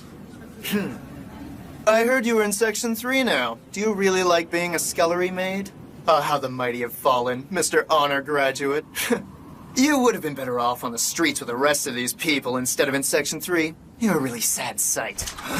One bowl per person, pal. Take it and take a hike.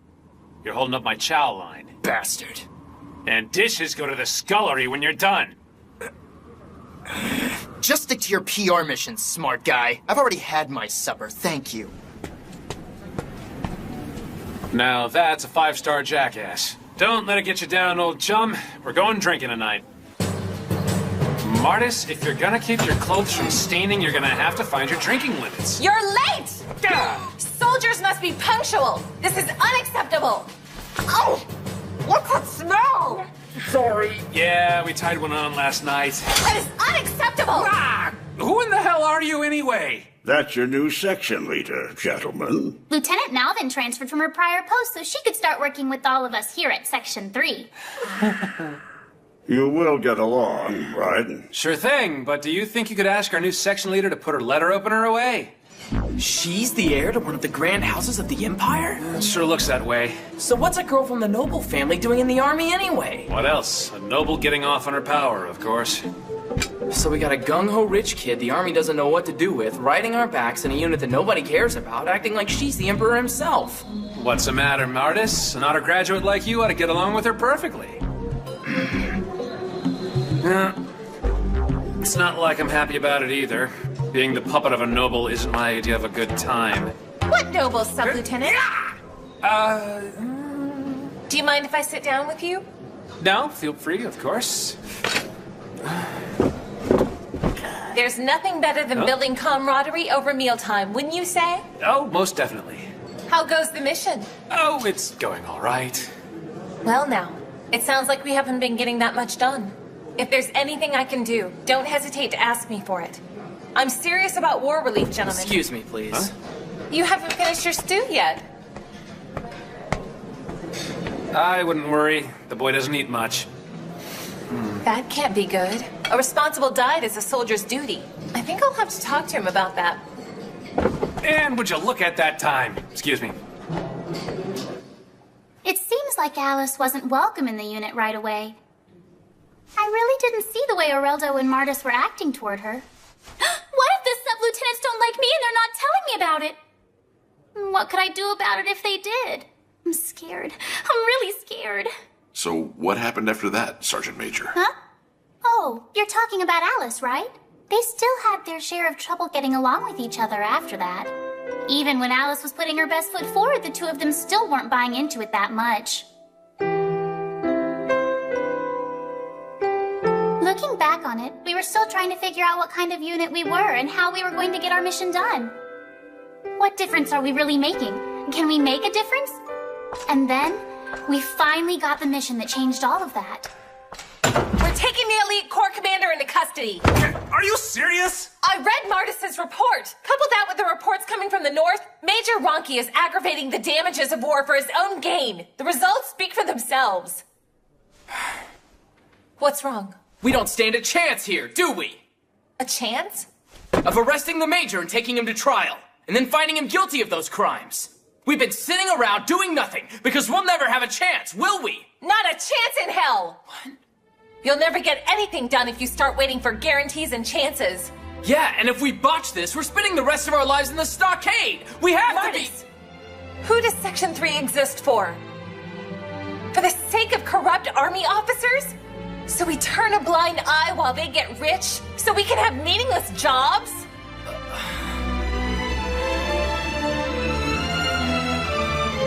Section 3 exists for the people. If we tuck our tails and play it safe, then we're no better than those monsters who prey on the weak, the poor, and the innocent. Yeah, I guess so. There should be a ledger showing where he's misdirecting the funds. In the safe in his office. Right! State Section 3, move out! You mean we're busting into a major's office without an arrest warrant? Captain, stop her, please. I just happen to have a warrant right here. Captain, you're killing me here. Seriously, guys, we need to give this a lot more thought before we go getting ourselves thrown in jail. Right, Martis? Great. That look never means anything good. Who the hell are you people? Section 3 intelligence. The Major has abused his position as a War Relief Unit commander. You're under arrest. That's awfully big talk from a second lieutenant. Need I remind you that gross insubordination is a court-martial offense? And so are these charges, Major. I'll not leave my office for a sheet of paper. And I suppose you had a hand in this too, didn't you, Martis? Well, no, sir. Stop stalling, Major. This warrant also grants me the authority to search your safe. Do you really think you can just barge in here and make demands? Open your safe, Major. Oh, I'm going to enjoy seeing you in the stockade. I said open it! Not a good idea, LT. A big command like this has lots of backup. Exactly what I was waiting for.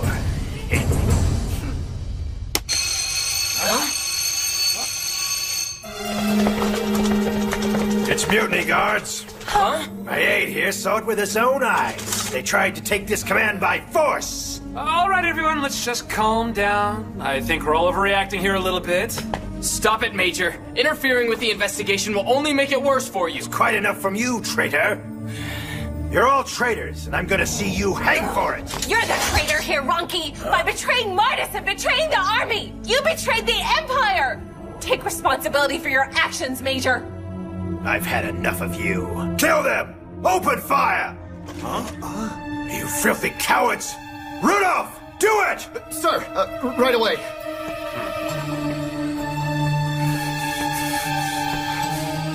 I wouldn't do that if I were you, Mr. Elite. Our lieutenant just happens to be Lord Melvin's daughter, and I don't think her dad would appreciate seeing her dead, do you?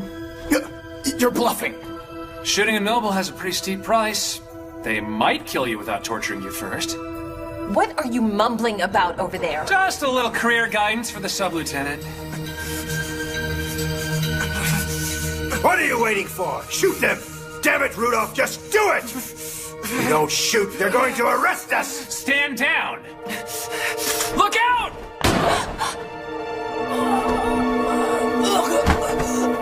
Martis! Did he die, Sergeant Major? Huh? What do you mean, did he die? He couldn't be dead then and alive now, unless he was a ghost or something, right, Corporal? Oh, that's right. Mr. Martis's gunshot wound was only superficial, and the Major and his aide were court-martialed out of the service. And you see, it was that incident that made us Army Intelligence State Section 3, Corporal. And see, we're all done. Thanks a lot, ma'am. Do you know what this insignia means, Corporal? Alice came up with it. She did that? She wanted a unique symbol to identify everyone in Section 3. The speech she gave the day she unveiled it is still very inspiring to me. From now on, our opposition takes the form of people aggravating the damages of war by selfishly withholding aid and comfort from the common men and women of the Empire. And up until now, these aggravators have been able to hide from justice. And they will continue to hide from us behind money, violence, and bureaucracy. Right? Those barriers are just like the outer skin of a pumpkin. This unit will become a blade of justice. One that cuts down those barriers, just like the scissors we used to carve pumpkins on Halloween. We will proudly remain blade sharp and strong in our resolution to bring transgressors to justice. From this moment on, Pumpkin Scissors is our name. It'll heal on its own. Get to work. No rest for the wicked, Lieutenant? The people aren't getting a break from poverty, and the aggressors are already getting too many days off. So stick a bandage on it and get back to work.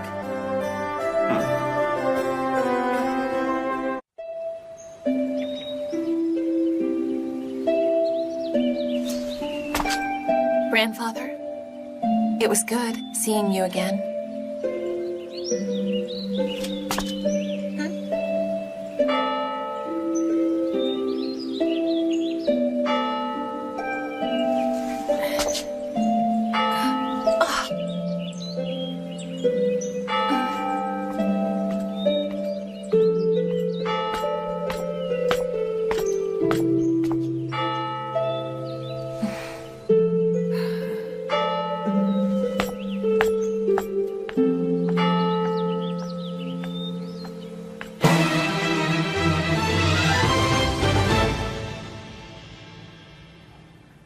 There's so much tension, so military. Smile, everyone, please. Remember, we're here to give Section 3 a positive image. Don't want all our readers seeing a bunch of sour faces. Just think of something positive, okay? Now let's see that Section 3 spirit. Close enough. Okay, here goes nothing. Now, in spite of our reputation, we get pretty busy for a cheerful PR unit. I won't let your story interfere with our getting things done, Mr. Dalton, sir. And I'm not here to interfere with anyone. My newspaper, Die Welt, wants to learn more. This is an incredible opportunity for the Army, don't you think? Just imagine it. Section 3 gets the first and best publicity. War Relief Today will help you dispel all those PR unit rumors. The rest of the country gets to check me out now. What do you mean? The tintype. That picture's going in this paper. A national newspaper, Martis. Yeah, so? I thought you didn't want them here. Yeah, and I still don't. It's just another ploy by the government to make itself look good. But as long as I look good in the process, I'll let it slide this time. Sheesh, you really are easygoing, aren't you? I'm looking forward to having you with us today. And so am I, Lieutenant Malvin. About that word image, that was an outstanding choice, Mr. Dalton. You really think so? Thanks a lot. There will be a time after the war relief efforts are done. It might not be that far off, but there'll be a day when we finally finish rebuilding our country, when our people live in peace. I believe that's Section 3's true purpose. That's your real purpose? You're sure? I have complete and total faith in my mission, Mr. Dalton. Since that mission still includes war relief, we can't say we finished rebuilding the Empire. Every smile we see when we go on a mission is a treasure. And people won't need war relief, the army, our roadside soup kitchens to be happy one of these days. We'll put selfish days behind us soon and start working toward our dreams again instead of petty things. That is the real definition of war relief. Now that's an incredible message to take back to our readers, Lieutenant. All right, while we're at it, let's see if we can get quotes from everyone else here. Yeah, I'll come up with a quote just like it, right after I spent all night writing it. Are you in, Professor? It's Dalton from Die Welt. It's you. What do you want?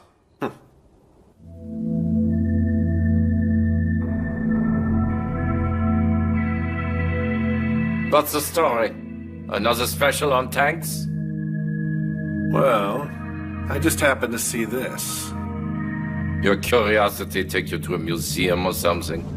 Nope! And wait till you get a load of this. An active duty soldier was wearing it in a shoulder holster. But?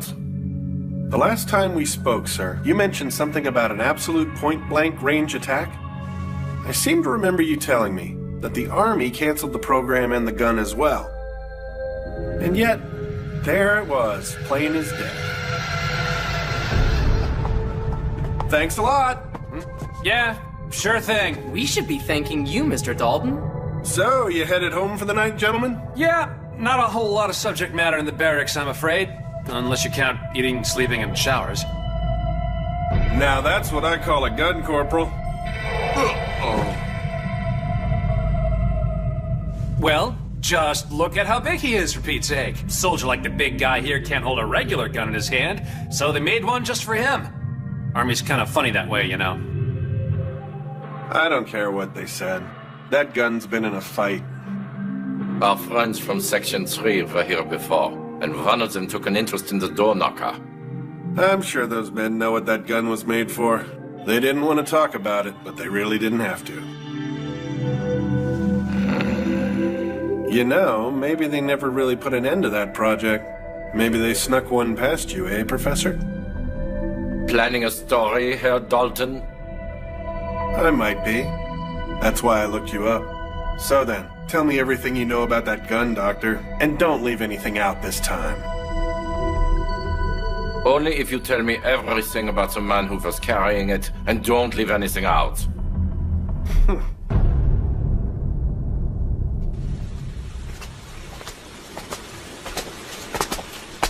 Hey, what's up, big guy? Hey there.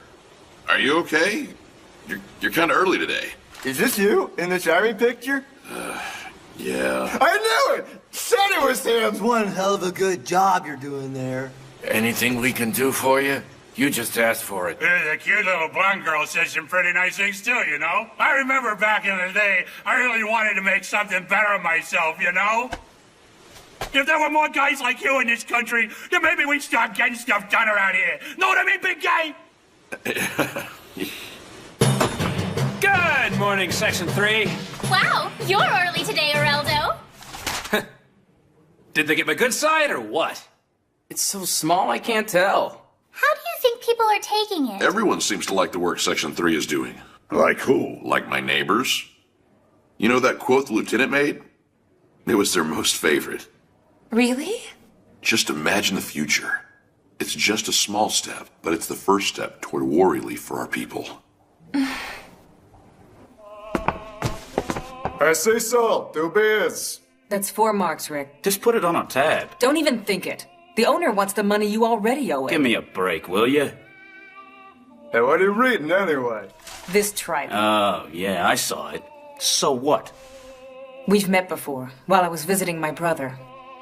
Yeah? She's a noble, ain't she? Oh, yeah. She's a Malvin, one of the Big 13.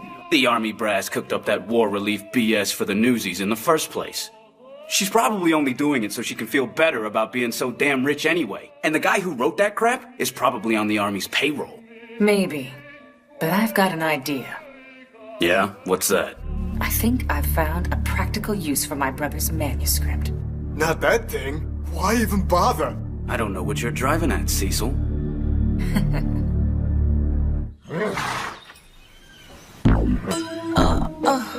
And good morning to you, Lady Alice. Good morning to you, Master Schultz. Lady Alice, please, wait. Your words in yesterday's newspaper were most exemplary. You were never more beautiful than when you spoke of your dreams for our country and your war relief mission. If you can forgive my rudeness at Lord Ian's, I'd like to take you to work in my carriage today. Thanks for the offer, Master Schultz. You are most kind, and I am truly grateful, but I've actually taken to walking to work. Huh?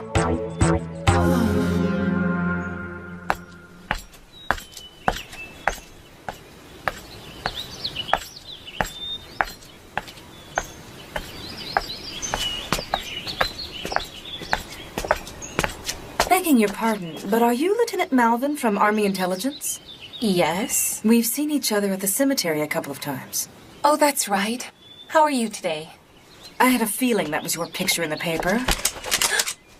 Not a sound. I require your presence for the day, Lieutenant. That's a pretty violent invitation, don't you think?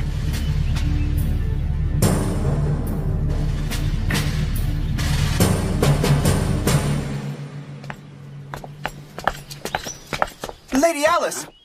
Master Schultz! What's the meaning of this? I thought you said you were going to walk. I just got an urgent call, that's all. And Section 3 needs me there faster than I can walk. They hired the carriage to track me down and get me there. Yeah!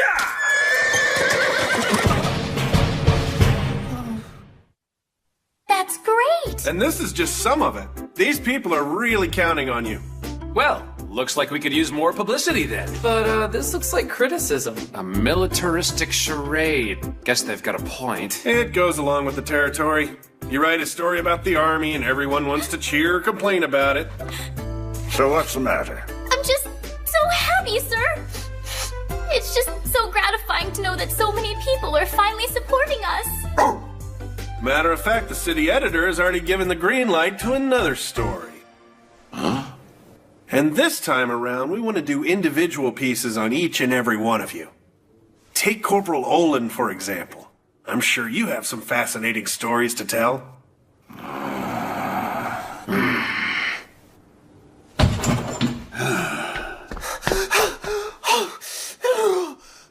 on! I remember that guy. Oh, right. Her self-proclaimed fiancé. That can't be right. I am not self-proclaimed! The Lady Alice Malvin will be mine! Say it, don't spray it. What seems to be the problem, young man? Did you send Lady Alice on some sort of mission today? Course not. I knew it! I thought that was strange. Did something happen to her? Some strange people. Do you suppose that was a kidnapping?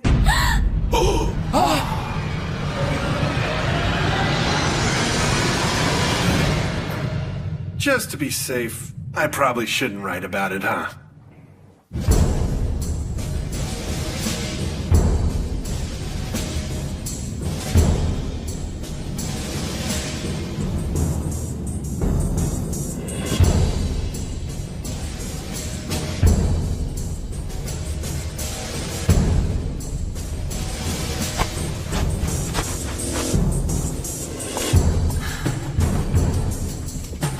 Look, I'm sorry I had to point a gun at you to get you to come with me.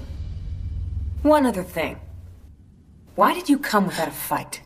You could have raised a scene with that nobleman if you wanted to. Because I wanted to know what you people want from me. Yeah? Even if the answer gets you killed? I just don't believe you people are cold-blooded killers. You want to test that, Bright Eyes? Stop it. Huh? We didn't bring her here for that, and you know it. Oh, come on. She's a noble and an imperial soldier. That's public enemy #1 around here. She isn't any damn different than any of those guys who killed your brother. What are you talking about? All because of this. While guys like that Dalton are practically press agents for the army, my brother worked as an underground journalist writing for a dirt sheet. He tracked down every rumor, and that's the scoop that got him killed.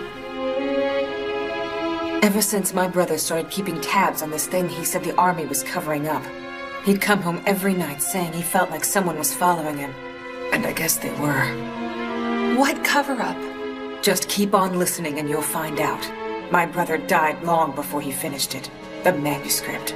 He didn't get the chance. Didn't the police report say he drowned in the river while he was drunk? That was no accident. In other words, they shut him up for good, and it's pretty obvious your running buddies did it. You're saying the army did it? Because the manuscript disappeared, along with his interview notes. So that's... a copy. He already knew he had someone breathing down his neck, so he split it into 3 parts and hid it. Yeah, and I still remember looking for it, too. So you want to publish the story, then? That's what he wanted. A story isn't complete until it reaches the audience it was intended for. And you're gonna use me? Yes. So... I don't understand. Why does it have to be me? Imagine, you said. Unless you're saying you didn't. I have a pretty vivid imagination myself, and it says expose the corruption and filth in this country wherever it is, including those flowery speeches of yours. I know it's nothing but talk, but changing the way things are requires a few high-minded ideals. Now that's rich. You really are blind. Take a walk down the street. The only future people are imagining here is where in the hell they're gonna get their next meal from. You wanna put a smile on my face? Find a way to get people off the streets and feed them while you're at it. And the only way that's going to happen is if we change the government that ripped the guts out of our town. Painting over the dirt isn't gonna do a damn thing. Take a look at this. This document has the power to change the government from the inside out.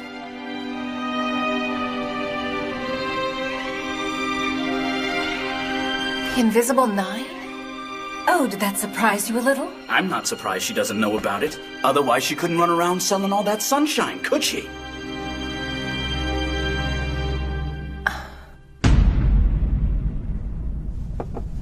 Maybe we should get Mercury to track our scent, sir.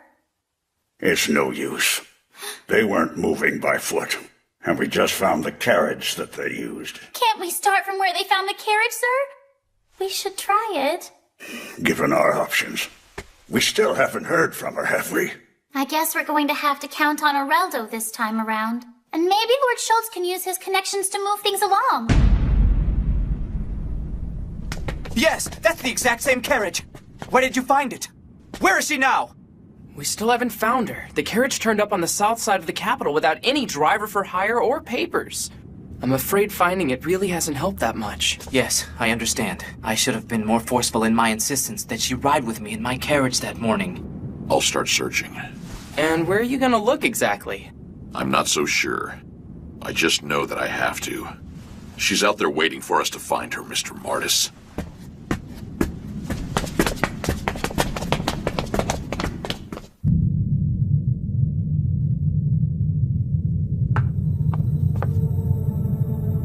I never thought you'd grace this mess without bringing a couple of goons with you. Why don't you tell me why I'm here? That is why you're here.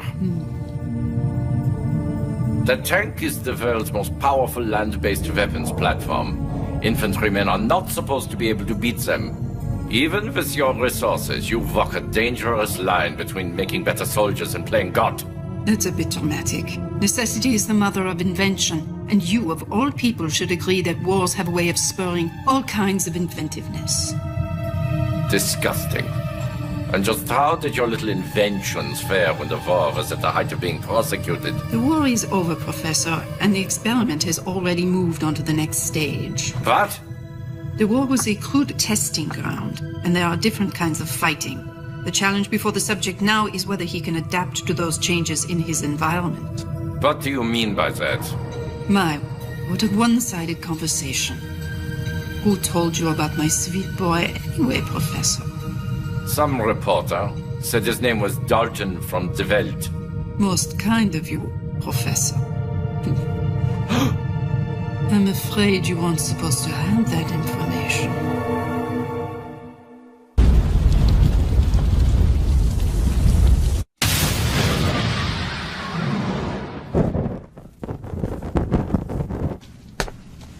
Hey, you're supposed to keep an eye on the door. I'm starving, man. Tough, there's no food here. What's up with her now? Little Miss Noble was pretty shook up when we showed it to her. So tell me, how is this document going to change the government? Well, you're the one who's going to figure that out. Use that imagination. People like us can't do anything with it. We'd wind up face down in a river. You might have to get your hands dirty to really pull off your war relief mission. Getting this information to the people is the only thing that'll make the government want to change their ways and stop killing people for their secrets. So are you going to help us, or not? We might be able to use it without having it printed. Just tell the army we know about their super soldier program. Then they wise up and start giving us a little respect. No, it's not gonna do us any good if we don't get the manuscript published. Would it do you any good afterwards if no one believes it? You're just another stinking bureaucrat, aren't you? All talk and no action! You and your pumpkin scissors are just magnifying the war damage, giving people dreams they can't feed themselves with! Stop patronizing us! For the love of God, will you stop moaning and complaining about your stomach for once in your life? If you want to change something, then get off your backside and do something! That manuscript isn't going to change anything unless you do it yourself! Shut up! I'm sorry your brother was killed for doing what he believed in. I come from a close family myself, but if you really want to honor his memory, then maybe you should stop using his work as an excuse to keep on feeling sorry for yourself. You better shut your mouth! You're part of the cover-up, aren't you? You're just another soldier who's trying to keep the public from finding out the real truth, aren't you? Knock it off. Good God, I can't even stand to look at her anymore! You think she's really afraid of you shooting her? Of course not. That's why Rick and I did a little investigating of our own.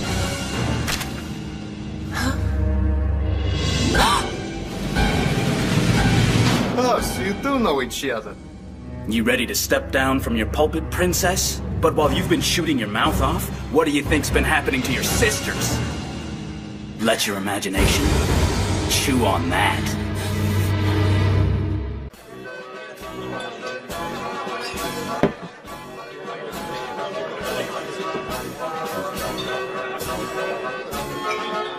And you're absolutely sure it was this carriage? Yep, handled the arrangements myself. Guy said he was pulling off a big job and making himself a bunch of money. So what did this guy look like then? Bet you got 50 reasons to find out, don't you? That's dirty pool, bub.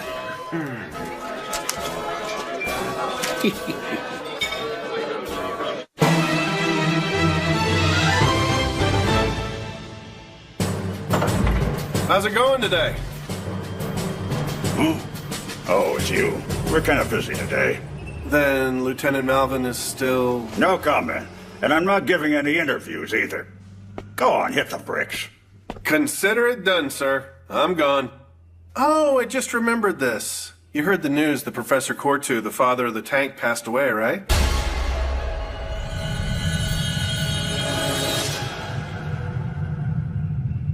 Why ask us about it? I heard you paid the professor a visit recently, that's all. How do you know the professor? He died right after I paid him a visit for the first time in over a year. I had a bad feeling, you know. A bad feeling? Has the corporal made it in this morning? He went looking for Alice. He's really worried about her. Oh, I see. The reason I went to see the professor was that handgun he was carrying. Fine, come on in. Thank you very much.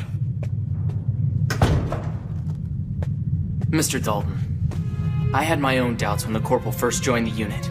I wanted to find out everything about his background, so I started investigating. Okay, so what did you dig up on him? Nothing. I didn't need to. What would I have gained by finding out anyway? He's my comrade in arms, and that's more than good enough for me. Yeah, and that's the problem with the Army. Closing ranks. The people who read my paper have a right to know what their government is doing. This just adds fuel to the rumor that your Corporal Olin really did destroy a tank with a handgun, didn't he? You're Die Welt star reporter. You can't expect us to give you all the answers. Well, it's my job to inform the people, Captain. Maybe, but those bad feelings you've been having might start following you around. Some people don't want that information reported, Dalton.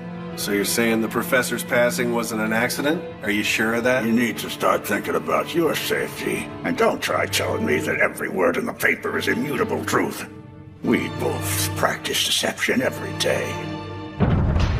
You'd have to be insane to believe one infantryman destroyed a tank all by himself.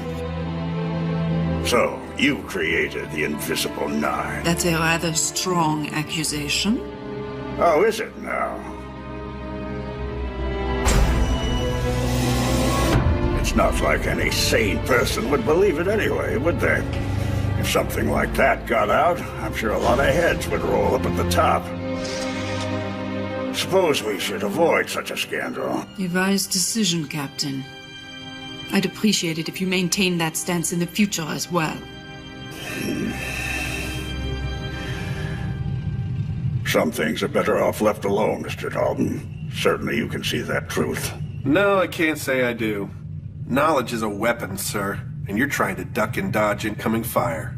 You can argue that?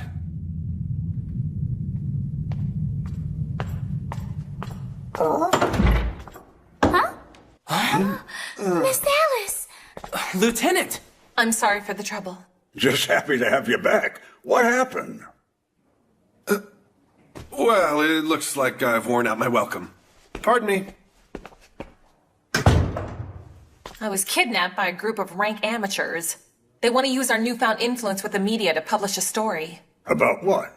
Apparently, the Army had a secret program called the Invisible Nine. What's going on here? This is ridiculous.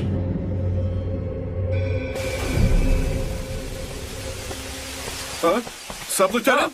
Hey, Dalton, listen. We just found something. Found something? Corporal Olin, what do you say we have a little talk next time I drop by? What about, sir? Let's save that for next time. By the way, Sub-Lieutenant, what did you find out? A clue about the guys who kidnapped Lieutenant Melvin. Hey, that's great. I bet you searched all night. Yeah, my dogs are killing me. Lieutenant, where's their manuscript? They're still in possession of it, Captain. And they're not safe. We should probably take them into protective custody to keep the body count from going up. They really are loosely organized if they just let you walk. Sir, we've got a lead in the case. Lieutenant. What? Lieutenant? You mean you made it back? But that guy Dalton just asked me if I found you. Yeah, Dalton just left here a little while ago. Wait a minute. He just played me for a sap.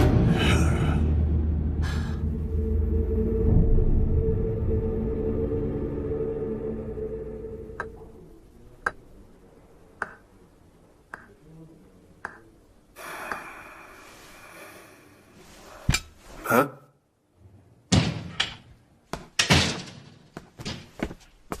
You, Rick? Hi, I'm Dalton. Huh?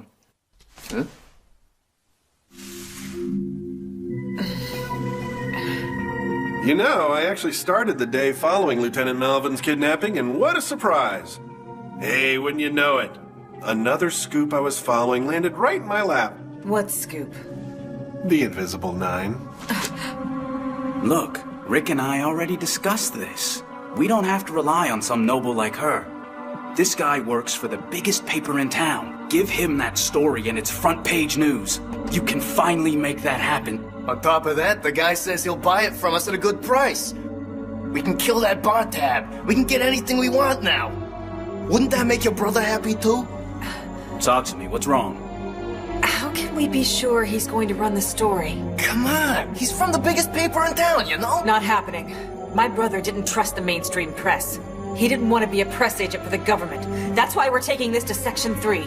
You're gonna use that army unit? Didn't you just say you didn't want to deal with them? And all I want is to put your brother's manuscript to good use and get out the truth. Get out. I'm not selling it.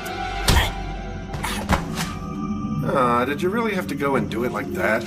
Just cut the check and take a hike. And you'll never see us again, all right? Line your cat box with it for all I care.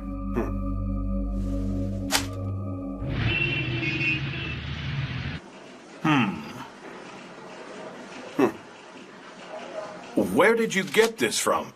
It's pretty damning, Dalton. I can't reveal my source. There's still time to put it in the morning edition, right? It's the grandmother of all scoops. We should still exercise a little caution with it. What? What the hell? There's living proof walking around and you're sitting on this story? Oh, really? Then get me a story on him, too, while you're at it. In the meantime, I'm not printing this until you show me that proof. Consider it done. And on page 1 by tomorrow. You can count on it, boss.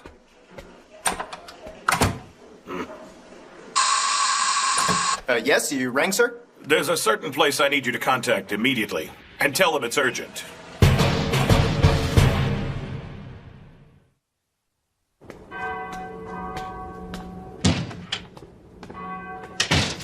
Excuse me. Have Bruno and Rick been by here? Not yet. What are those friends of yours up to anyway? A reporter came by here earlier today, and now I've got the army in here asking questions. The army?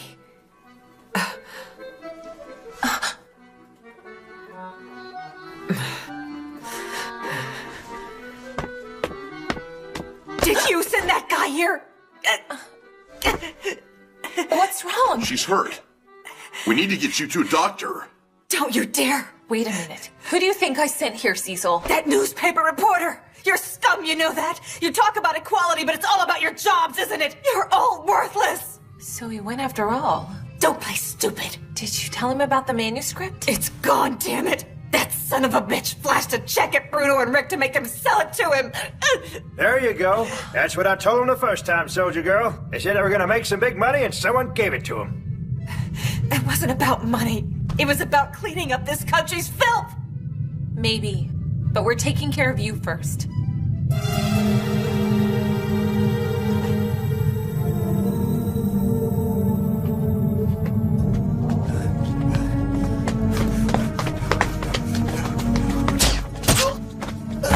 Rick! Are you okay? Hey! Rick!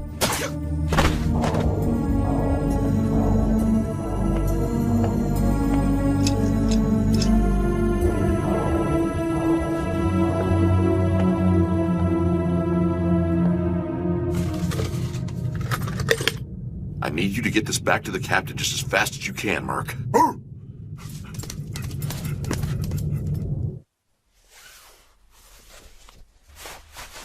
Okay, that should do it. Rick and Bruno were actually my big brother's best friends back in the day. I never expected two guys so close to my family to do something like that. You said it yourself when you had me captive. Give us food right now and get us off the street. You're two buddies. Just put it into practice at your expense. Is Mercury on his way? Yes, ma'am. We've got to catch up with Dalton, no matter what it takes. What's that smile for? I really do understand where you're coming from, you know? What do you mean by that? Your feelings get hurt when you see people suffering on the streets. We've got that in common. You might have wanted to use Section 3 against the Army, but to me, those were the feelings of someone who feels the same about war relief as I do. It made me happy. You're not gonna make me change my mind no matter what you say. Say what you want, but I know it's killing you to see your friends and family like that, and you'd do anything to change it if you could. His story isn't the only thing you're fighting for. And you thought Section 3 could help you out. How can a noble understand what we're going through? I don't pretend to, but I can imagine it. I don't believe this. I really don't have a choice but to count on you. I still don't like the army. We're getting that manuscript. Count on me for that. I'm really sorry about those pictures of your sisters that Rick took. It was one man's means to an end. Don't worry about it. Hey, Cecil! Huh? That guy from the newspaper found his way back to the bar.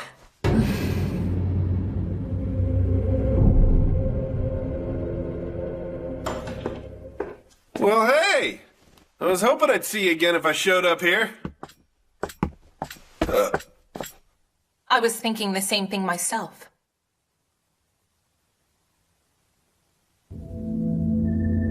Come on! I didn't think you'd want it back. Once that story hits the presses, the whole country will read the words your brother wrote. Isn't that what you wanted? And in your rush to get it printed, aren't you forgetting something, Dalton? Have you really considered the consequences of telling the Imperial public about the Invisible Nine? I don't think you have. So sue me for being ambitious. However, think about how powerful that manuscript will make people feel. Not to mention our enemies also. Distasteful as it is, the Army fed the press misinformation during the war to gain a strategic advantage. I know. How can I forget about it? Printing that story will only force the Invisible Nine to stay invisible. And who'll end up paying the price for that? The people you want to inform. And they'll start clamoring over each other like rats once they lose what's left of their faith. Didn't we already get tired of living that way during the war, Dalton? The people will need to know about it one of these days. They're just not ready for it today. Before then, the consequences would just be too big to handle. Oh, you look ready to handle them to me. What's that? I've got about 7 feet worth of proof right here. Holland, take her and get out of here! Right, miss. Come with me.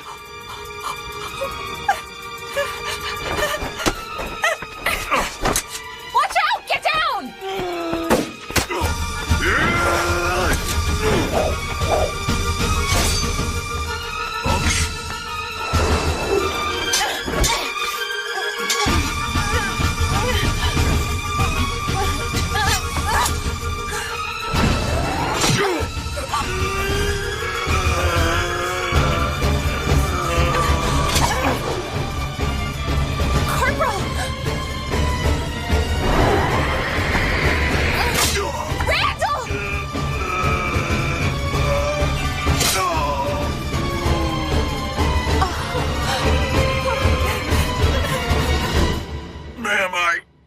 Get her away from here now! Please hurry! Go on! Now, damn it!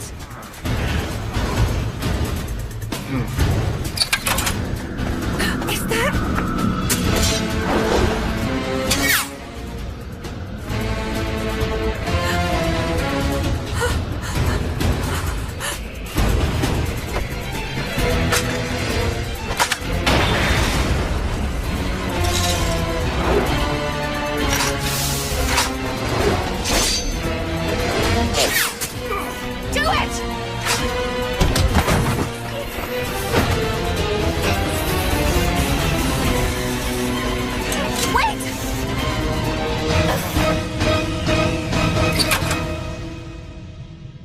Who are you? And who do you work for? But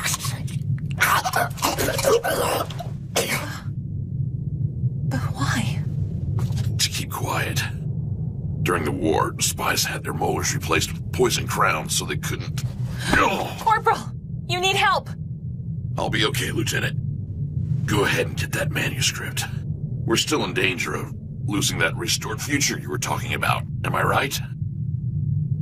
Thank you again, Corporal. Let's get to the paper. Come on. Captain! We came as soon as I read your message, but it looks like we're too late. What do you mean? Disappeared? What do you mean it just disappeared? I'm truly sorry, young lady. I am. Honestly speaking, we just got word about Dalton being murdered, so things are more than a little bit chaotic around here right now. Liar! You and the Army are in on this, aren't you? You're going to make sure his story doesn't get printed! I bet you were part of the plot to kill that reporter too, weren't you? Cecil, take it easy. Start looking for it. It has to be around here somewhere. Miss, we've looked for it dozens of times, but how can I put this? We weren't putting a lot of stock in it anyway. My brother put his life on the line to find out the truth. The army was experimenting on people and turning them into walking machines of death. Please, that story just has to be here. Say something!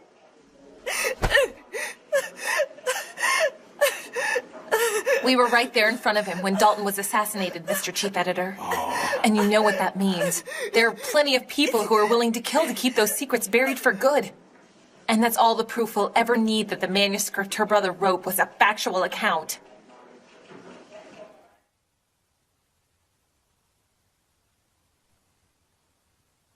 Let's have a drink and celebrate the safe return of the princess.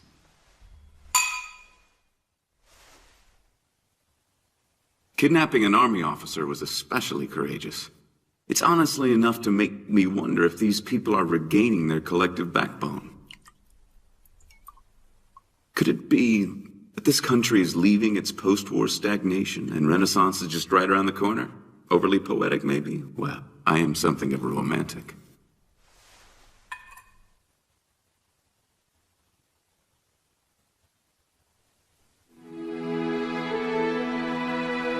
Here you go. We lost, didn't we, Alice? About those men, sir.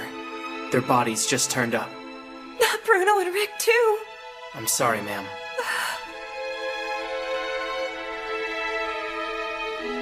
Sorry I couldn't help you. I'm real sorry. I've lost everything and everyone. I'll keep fighting for both of us.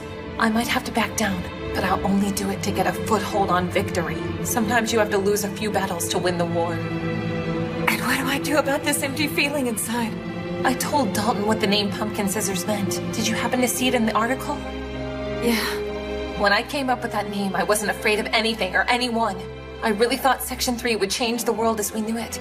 The stone-cold reality of the situation is I don't know how far away the future I'm imagining really is.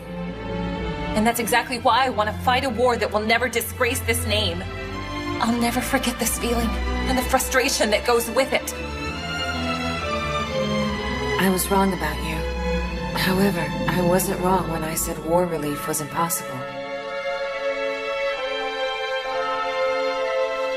I'm sorry.